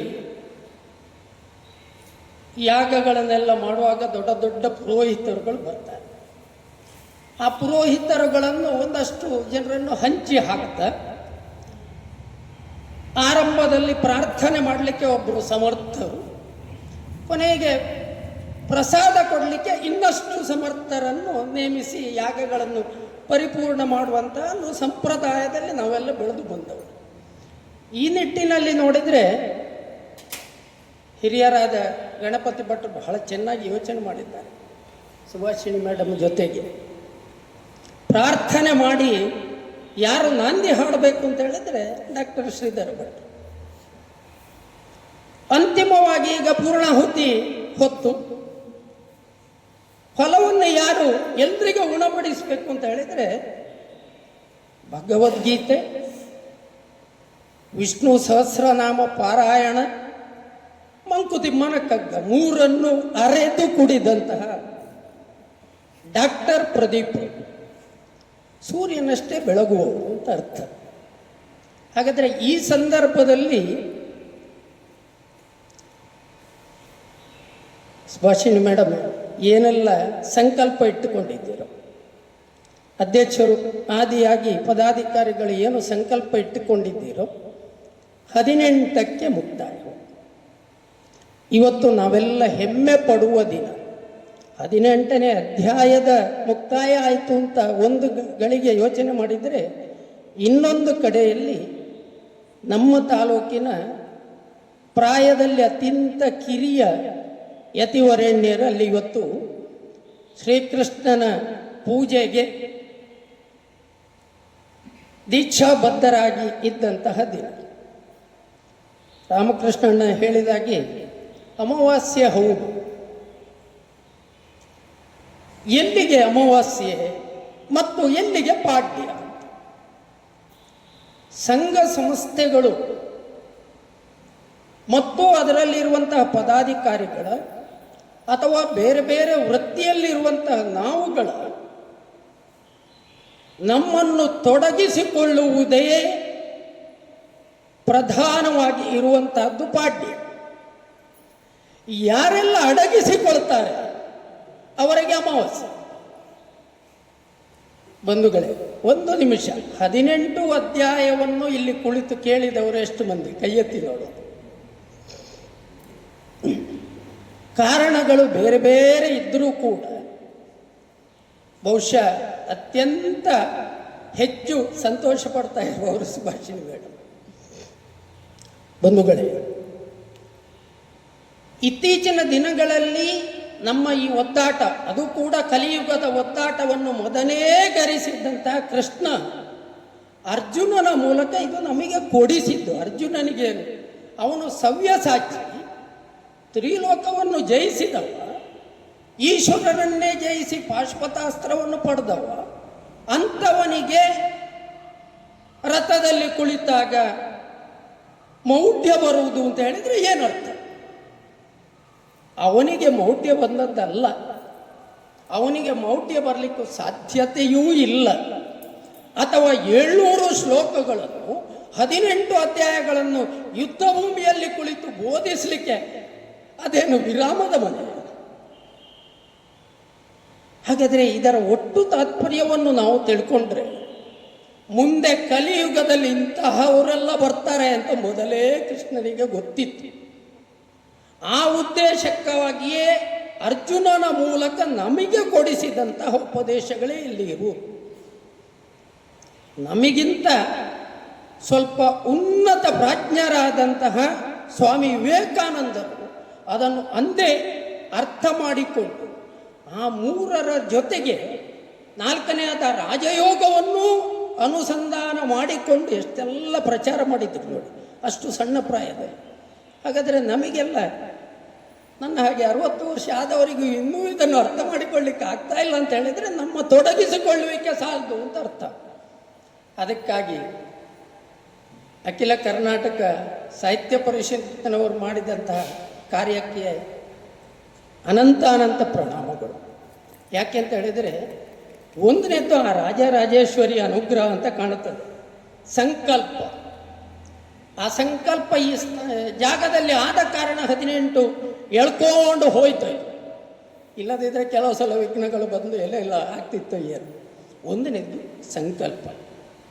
2ನೇದ್ದು ನಾವೆಲ್ಲ ಬದುಕುವಂತಹದ್ದು ಸೂರ್ಯ ಮತ್ತು ಚಂದ್ರನ ಆಧಾರದಲ್ಲಿ. ಒಂದು ಹಾರ್ಡ್ವೇರ್ ಮತ್ತೊಂದು ಸಾಫ್ಟ್ವೇರ್. ಇದು ಆಧುನಿಕ ಭಾಷೆ. ಸೂರ್ಯ ಹಾರ್ಡ್ವೇರ್, ಚಂದ್ರ ಸಾಫ್ಟ್ವೇರ್. ಒಂದು ನಾಣ್ಯಕ್ಕೆ 2 ಮುಖ. ನಮ್ಮ ಜೀವನದಲ್ಲಿ ಕೂಡ ಕಷ್ಟಗಳು ಸುಖಗಳು 2 ಬೇಡ ಅಂತ ಹೇಳಿದರೆ ಅರ್ಥ ಉಂಟು ಇದಕ್ಕೆ? ಸೂರ್ಯ ಚಂದ್ರರು ಬೇಡ ಅಂತ ಹೇಳಿದರೆ ಅಲ್ವಾ ಅರ್ಥ? ಕಷ್ಟ ಮಾತ್ರ ಬೇಕು, ಸುಖ ಬೇಡ, ಅಥವಾ ಸುಖ ಮಾತ್ರ ಬೇಕು, ಕಷ್ಟ ಬೇಡ ಅಂತ ಹೇಳಿದರೆ? ಒಂದು ನಾಣ್ಯಕ್ಕೆ 2 ಮುಖ ಇದ್ದ ಹಾಗೆ ಸೂರ್ಯ ಚಂದ್ರರ ಮಧ್ಯದಲ್ಲಿ ನಾವು ಬದುಕುತ್ತಾ ಇರುವ ಹಾಗೆ ಹಾರ್ಡ್ವೇರ್ ಮತ್ತು ಸಾಫ್ಟ್ವೇರ್ ಅನ್ನು ಆಧುನಿಕ ಯುಗದಲ್ಲಿ ಬಳಸ್ತಾ ಇರುವ ಹಾಗೆ ನಮ್ಮ ಜೀವನವನ್ನು ನಾವು ಸುಲಲಿತವಾಗಿ ಮಾಡಬೇಕಾದರೆ ಭಗವದ್ಗೀತೆ ಬೇಕೇ ಬೇಕು. ಅದು ನಿಮ್ಮ ಪರಿಕಲ್ಪನೆ, ಅಖಿಲ ಕರ್ನಾಟಕ ಸಾಹಿತ್ಯ ಪರಿಷತ್ತಿನ ಪರಿಕಲ್ಪನೆ. ಹಾಗಾದರೆ ಬಂಧುಗಳೇ, ಇವತ್ತಿನ 18ನೇ ಅಧ್ಯಾಯದಲ್ಲಿದ್ದದ್ದು ಅದು ಮಾತ್ರ ಅಲ್ಲ, ಪ್ರದೀಪ್ ಸರ್ ಅದಕ್ಕೆ ಉಳಿದ ಅಧ್ಯಾಯಗಳನ್ನು ಸ್ವಲ್ಪ ಸ್ವಲ್ಪ ತುಣುಕುಗಳನ್ನು ಸೇರಿಸಿಕೊಂಡು ತ್ಯಾಗ ಮತ್ತು ಮೋಕ್ಷ, ಅಂತಿಮವಾಗಿ ನಮಗೆ ಬೇಕಾಗುವಂಥದ್ದು ಮೋಕ್ಷ.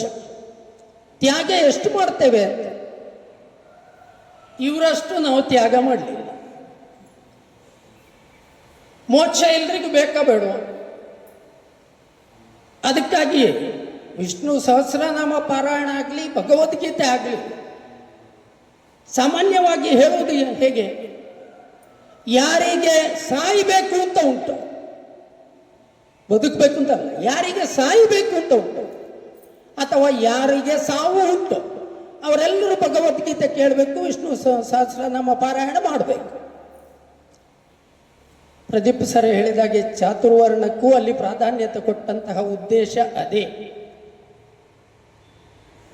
ಹಾಗಾದರೆ ಈ ವಿಷ್ಣು ಸಹಸ್ರನಾಮ ಪಾರಾಯಣ ಯಾವಾಗ ಹುಟ್ಟಿತು ಅಲ್ಲಿ ಪ್ರಶ್ನೆ ಬಂದಾಗ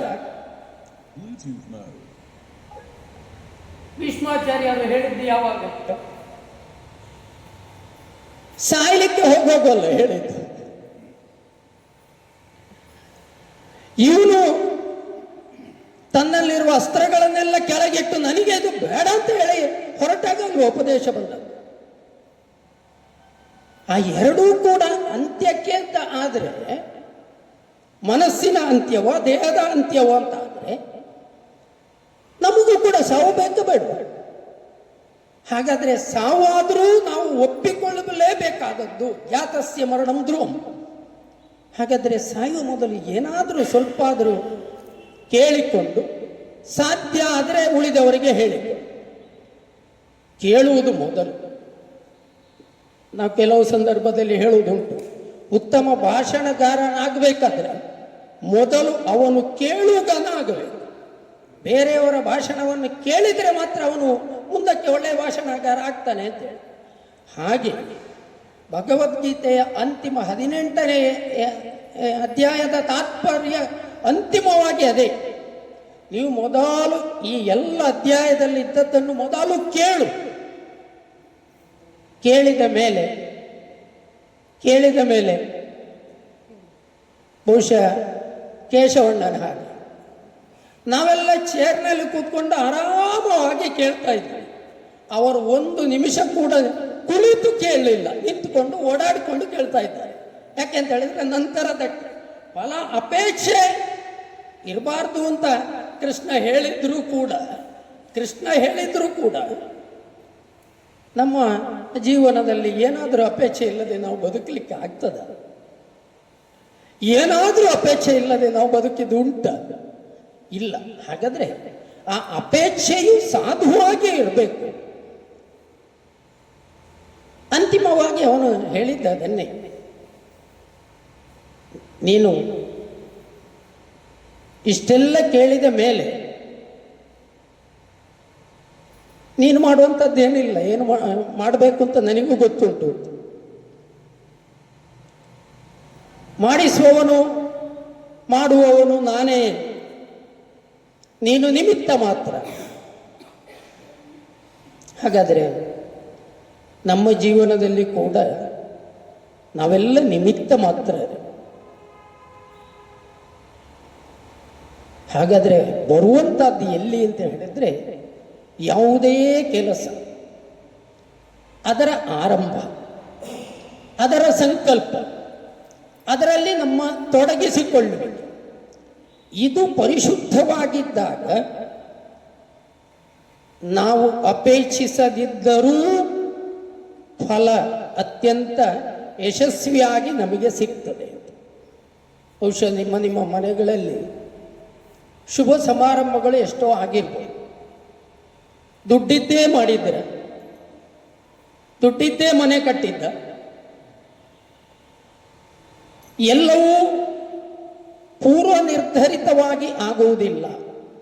ಕೆಲವು ವಿಷಯಗಳನ್ನು ಮಾತ್ರ ನಾವು ನಿರ್ಧಾರ ಮಾಡಿಕೊಂಡು ಮಾಡಬಹುದು. ಆದರೆ ಅಲ್ಲಿ ನಮ್ಮ ಸಂಕಲ್ಪ, ನಮ್ಮ ಬದ್ಧತೆ ಯಾವಾಗ ಶುದ್ಧವಾಗಿರ್ತದ ಆಗ ಅದಕ್ಕೆ ಭದ್ರತೆ ಇರ್ತದೆ ಅಂತ ಸ್ವಾಮೀಜಿಯವರ ಮಾತು. ಎಲ್ಲಿ ಬದ್ಧತೆ ಉಂಟೋ ಅಲ್ಲಿ ಭದ್ರತೆ ಇದೆ ಅಂತ. ಆ ಭದ್ರತೆ ಅನ್ನುವುದು ದೇವರು ನಮಗೆ ಕೊಡುವಂತಹ ಅನುಗ್ರಹ, ಆಶೀರ್ವಾದ. ಅದರ ಮೇಲೆ ನಮ್ಮ ಜೀವನ ನಿಂತಿದೆ. ಹಾಗಾಗಿ ಬಂಧುಗಳೇ, ಭಗವದ್ಗೀತೆಯ 18 ಅಧ್ಯಾಯಗಳನ್ನು ಇಲ್ಲಿ ಸಂಘಟನೆ ಮಾಡಿಕೊಂಡು ಅದರಲ್ಲಿ ಏನು ಎಡರು ತೊಡರುಗಳು ಬಂದರೂ ಕೂಡ ನಿಲ್ಲಿಸದೆ ನಿರಂತರವಾಗಿ ಸಂಘಟನೆ ಮಾಡಿತು. ಅದನ್ನು ಇಲ್ಲಿ ಬಂದು ಕೇಳಿದವರ ಸಂಖ್ಯೆ ಒಂದಾದರೂ ಅದರ ಮೂಲಕ ಕೇಳಿದವರ ಸಂಖ್ಯೆ ತುಂಬ ಇರಬಹುದು. ಅಥವಾ 2,000 ಮಂದಿಯನ್ನು ಸೇರಿಸಿಕೊಂಡು 29ನೇ ತಾರೀಕಿಗೆ ವಿಷ್ಣು ಸಹಸ್ರನಾಮ ಪಾರಾಯಣವನ್ನು 2,000 ಗುಣಿಸು 5 ಸಲ ಸಮ 1 ಕೋಟಿಗೆ ಅದನ್ನು ಮುಟ್ಟಿಸುವಂತಹ ಸಂಕಲ್ಪವನ್ನು ಏನು ತೊಟ್ಟಿದ್ದಾರೋ ಸಂಕಲ್ಪ ಮಾಡಿದಲ್ಲಿಗೆ ನಿಲ್ಲಿಸಲಿಲ್ಲ. ದಿನಂಪ್ರತಿ ಅದಕ್ಕೆ ಕೆಲಸ ಕಾರ್ಯಗಳು ಆಗ್ತಾನೇ ಇದ್ದಾವೆ. ಅಲ್ಲಿ ಈಗಾಗಲೇ ಇಡೀ ಊರಿನವರು ಅದಕ್ಕೆ ಸಿದ್ಧರಾಗಿದ್ದಾರೆ. ಹಾಗಾದರೆ ಆ ರೀತಿಯ ಸಂಕಲ್ಪ ಇರುವಂತಹ ಸಂಘಟನೆ ನಮ್ಮದು. ಅದು ಇನ್ನಷ್ಟು ಬೆಳಗಬೇಕು. ಸಾಹಿತ್ಯದ ಮೂಲಕ, ಗೀತೆಯ ಮೂಲಕ, ಇನ್ನಷ್ಟು ವಿವಿಧ್ಯಮಯ ಕಾರ್ಯಕ್ರಮಗಳ ಮೂಲಕ ತಾಲೂಕಿನಾದ್ಯಂತ ಮತ್ತು ಯಾರೆಲ್ಲ ಆಸಕ್ತರು ಇರ್ತಾರೆ, ಕೆಲವು ಸಂದರ್ಭದಲ್ಲಿ ಸಂಖ್ಯೆ ಕಡಿಮೆ ಇರಬಹುದು. ಸಂಖ್ಯೆಯೇ ಎಲ್ಲದಕ್ಕೂ ಆಧಾರ ಅಲ್ಲ.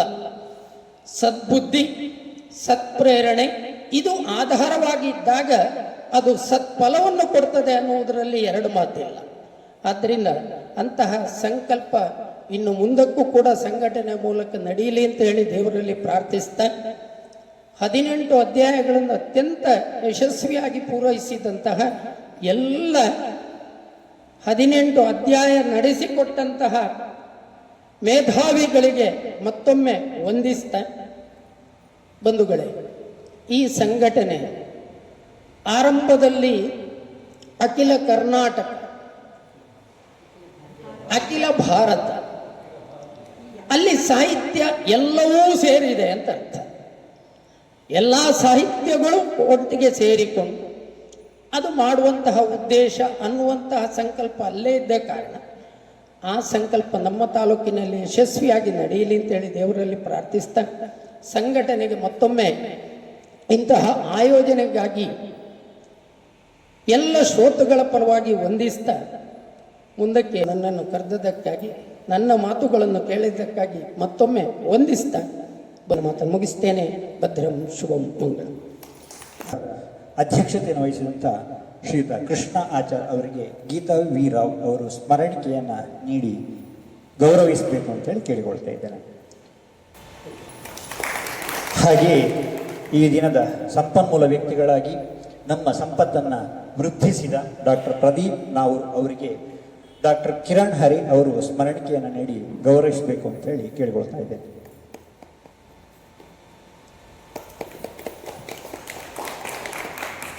ಹದಿನೆಂಟು ಅಧ್ಯಾಯ ಸಂಪನ್ನಗೊಂಡಿದೆ. ಧನ್ಯತೆಯ ಭಾವ ನಮ್ಮೆಲ್ಲರಲ್ಲಿಯೂ ಮೂಡಿದೆ. ಧನ್ಯತೆಯ ಭಾವವನ್ನು ನಮ್ಮೆಲ್ಲರೊಟ್ಟಿಗೆ ಹಂಚಿಕೊಳ್ಬೇಕು ಅಂತ ಹೇಳಿ ಅಧ್ಯಕ್ಷರಾದಂತಹ ಗಣಪತಿ ಕುಳಮರುವ ಸರ್ ಅವರನ್ನು ಕೇಳ್ಕೊಳ್ತಾ ಇದ್ದೇನೆ. ಶ್ರೀ ಗುರುಭ್ಯೋ ನಮಃ. ಕ್ಷೇತ್ರದ ತಾಯಿ ರಾಜರಾಜೇಶ್ವರಿಗೆ ಹಣೆಮುಡಿದು ಎಲ್ಲರಿಗೂ ವಂದಿಸಿ,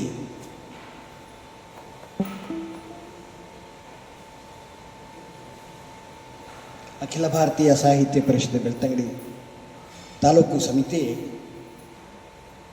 ಹಮ್ಮಿಕೊಂಡಂತಹ ವಾರ್ಷಿಕ ಕಾರ್ಯಕ್ರಮ, ವರ್ಷದ ಯೋಜನೆ ಗೀತೆ ಜೊತೆ ಸಾಹಿತ್ಯ ಸಾಂಗತ್ಯ.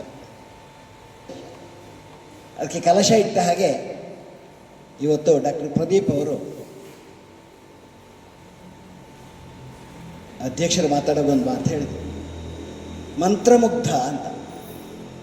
ಹಾಗೆ ಇವತ್ತು ಮಂತ್ರಮುಗ್ಧಗೊಳಿಸಿದ್ದಾರೆ. ಬರಿಯ ಮಂತ್ರಮುಗ್ಧತೆ ಅಲ್ಲ, ಅರ್ಥವತ್ತಾದ ರೀತಿಯಲ್ಲಿ ಅದನ್ನು ಪರಿಪೂರ್ಣಗೊಳಿಸಿದ್ದಾರೆ ಅಂತ ಹೇಳೋದಕ್ಕೆ ನನಗೆ ಸಂತೋಷ ಆಗ್ತದೆ. ಇದ್ದಾರೆ ಡಾಕ್ಟರ್ ಪ್ರದೀಪ್ ಅವರು. ಅದಕ್ಕೆ ಹೇಳಿದ್ದೆ ನಾನು, ಅದೇನು ಹೇಳ್ತಾರಲ್ಲ, ಚಿನ್ನದ ಕಮಲಕ್ಕೆ ಪರಿಮಳ ಬರ್ತದೆ ಅಂತ. ಆ ಪರಿಮಳ ಬರ್ತದೆ ಅಂತ ನಮ್ಗೆ ಗೊತ್ತಾದ ಇವತ್ತಿನ ಉಪನ್ಯಾಸದಿಂದ. ಹಾಗಾಗಿ ಡಾಕ್ಟ್ರೇ, ನಿಮಗೆ ವಿಶೇಷವಾದಂತಹ ಕೃತಜ್ಞತೆಗಳನ್ನು ಸಲ್ಲಿಸ್ತಾ ಇದ್ದೇವೆ. ಅಧ್ಯಕ್ಷರು ಅವರು ನಮ್ಮ ಸ್ನೇಹಿತರೆ, ಮುರಳೀಕೃಷ್ಣ, ಹೆಸರೇ ಮುರಳೀಕೃಷ್ಣ. 18ನೇ ಅಧ್ಯಾಯದ ಉಪನ್ಯಾಸಕ್ಕೆ ಅವರು ಇವತ್ತು ಅಧ್ಯಕ್ಷೀಯ ನೆಲೆಯಲ್ಲಿ ಭಾಳ ಚಂದದ ಮುಕ್ತಾಯ ಕೊಟ್ಟಿದ್ದಾರೆ. ಅವರಿಗೂ ಪ್ರೀತಿಪೂರ್ವಕವಾದಂತಹ ವಂದನೆಗಳು. ಮನೆ ನಮಗೆ ಆಶ್ರಯ ಕೊಟ್ಟಿದ್ದಾರೆ. ಈ ಆಶ್ರಯ ಕೊಟ್ಟಂಥ ನಮ್ಮ ಮನೆಯ ಮಹಾಸಮಿತಿ, ಕ್ರಿಯಾ ಸಮಿತಿ ಏನಿದೆ, ಅದೆಲ್ಲರಿಗೂ ವಿಶೇಷವಾದಂತಹ ವಂದನೆಗಳನ್ನು, ಕೃತಜ್ಞತೆಗಳನ್ನು ಸಲ್ಲಿಸುತ್ತಾ ಶ್ರೀ ಗುರುಗಳ ಚರಣಾರವಿಂದಕ್ಕೆ ಹಣೆಮಣಿಯುತ್ತಾ ಇದ್ದೇನೆ. ಕಾರ್ಯಕ್ರಮಗಳಿಗೆ ಎಲ್ಲ ಬಗೆಯಲ್ಲಿ ಸಹಕರಿಸಿದ, ಒಂದೇ ಮಾತಲ್ಲಿ ಹೇಳಿದರೆ ನಿಮಗೆಲ್ಲರಿಗೂ ಪ್ರತ್ಯೇಕ ಹೇಳೋದಿಲ್ಲ, ಎಲ್ಲರಿಗೂ ಕೂಡ ವಿಶೇಷವಾದಂತಹ ಕೃತಜ್ಞತೆಗಳನ್ನು ಸಲ್ಲಿಸ್ತಾ ನನ್ನ ಕೃತಜ್ಞತೆಯ ಮಾತುಗಳನ್ನು ಮುಗಿಸ್ತೇನೆ. ಆದರೆ ಪವಿತ್ರಿಯಾಗಿ, ಒಬ್ಬರು ಸಂಘಟನೆಯಾಗಿ ಈ ಆಧ್ಯಾತ್ಮಿಕ ನೆಲೆಗಟ್ಟಿನ ವಿಚಾರಗಳಲ್ಲಿ ಇಷ್ಟು ಭಾಗವಹಿಸಬೇಕು ಅಂತಂದರೆ ಅದು ಸಂಕಲ್ಪ ಶಕ್ತಿ. ಹಾಗಾಗಿ ಅವರನ್ನು ಅಭಿನಂದಿಸ್ತೇನೆ. ಜೊತೆಗೆ ಎಲ್ಲ ನಮ್ಮ ಆಗಲೇ ಹೇಳಿದರು ಮುರಳೀಕೃಷ್ಣ, ಅಲ್ಲಿ ಕೆಲಸ ಮಾಡ್ತಾರೆ ಕೇಶವ ಭಟ್ರು ಅಂತ. ಆ ಕೇಶವ ಭಟ್ರ ಹಾಗೆ ಒಂದಷ್ಟು ಜನ ಇದ್ದಾರೆ, ಒಂದು ತಂಡ ಇದೆ. ಆ ತಂಡದ ಎಲ್ಲ ಸದಸ್ಯರಿಗೂ ವಿಶೇಷವಾದ ಕೃತಜ್ಞತೆಗಳು ಹೇಳ್ತಾ ನನ್ನ ಮಾತುಗಳನ್ನು ಮುಕ್ತಾಯಗೊಳಿಸ್ತೇನೆ. ಅದರ ಜೊತೆಗೆ ಇವತ್ತು ವಿಶೇಷವಾಗಿ ಭುಜಬಲಿಯವರು ಬಂದಿದ್ದಾರೆ. ಕನ್ನಡ ಸಾಹಿತ್ಯ ಸಮ್ಮೇಳನ ಮೊನ್ನೇನಾಯಿತು ಅದರ ಸರ್ವಾಧ್ಯಕ್ಷರು, ಅವರಿಗೂ ಪ್ರೀತಿಯ ಕೃತಜ್ಞತೆಗಳನ್ನು ಹೇಳ್ತಾ ಇದ್ದಾರೆ.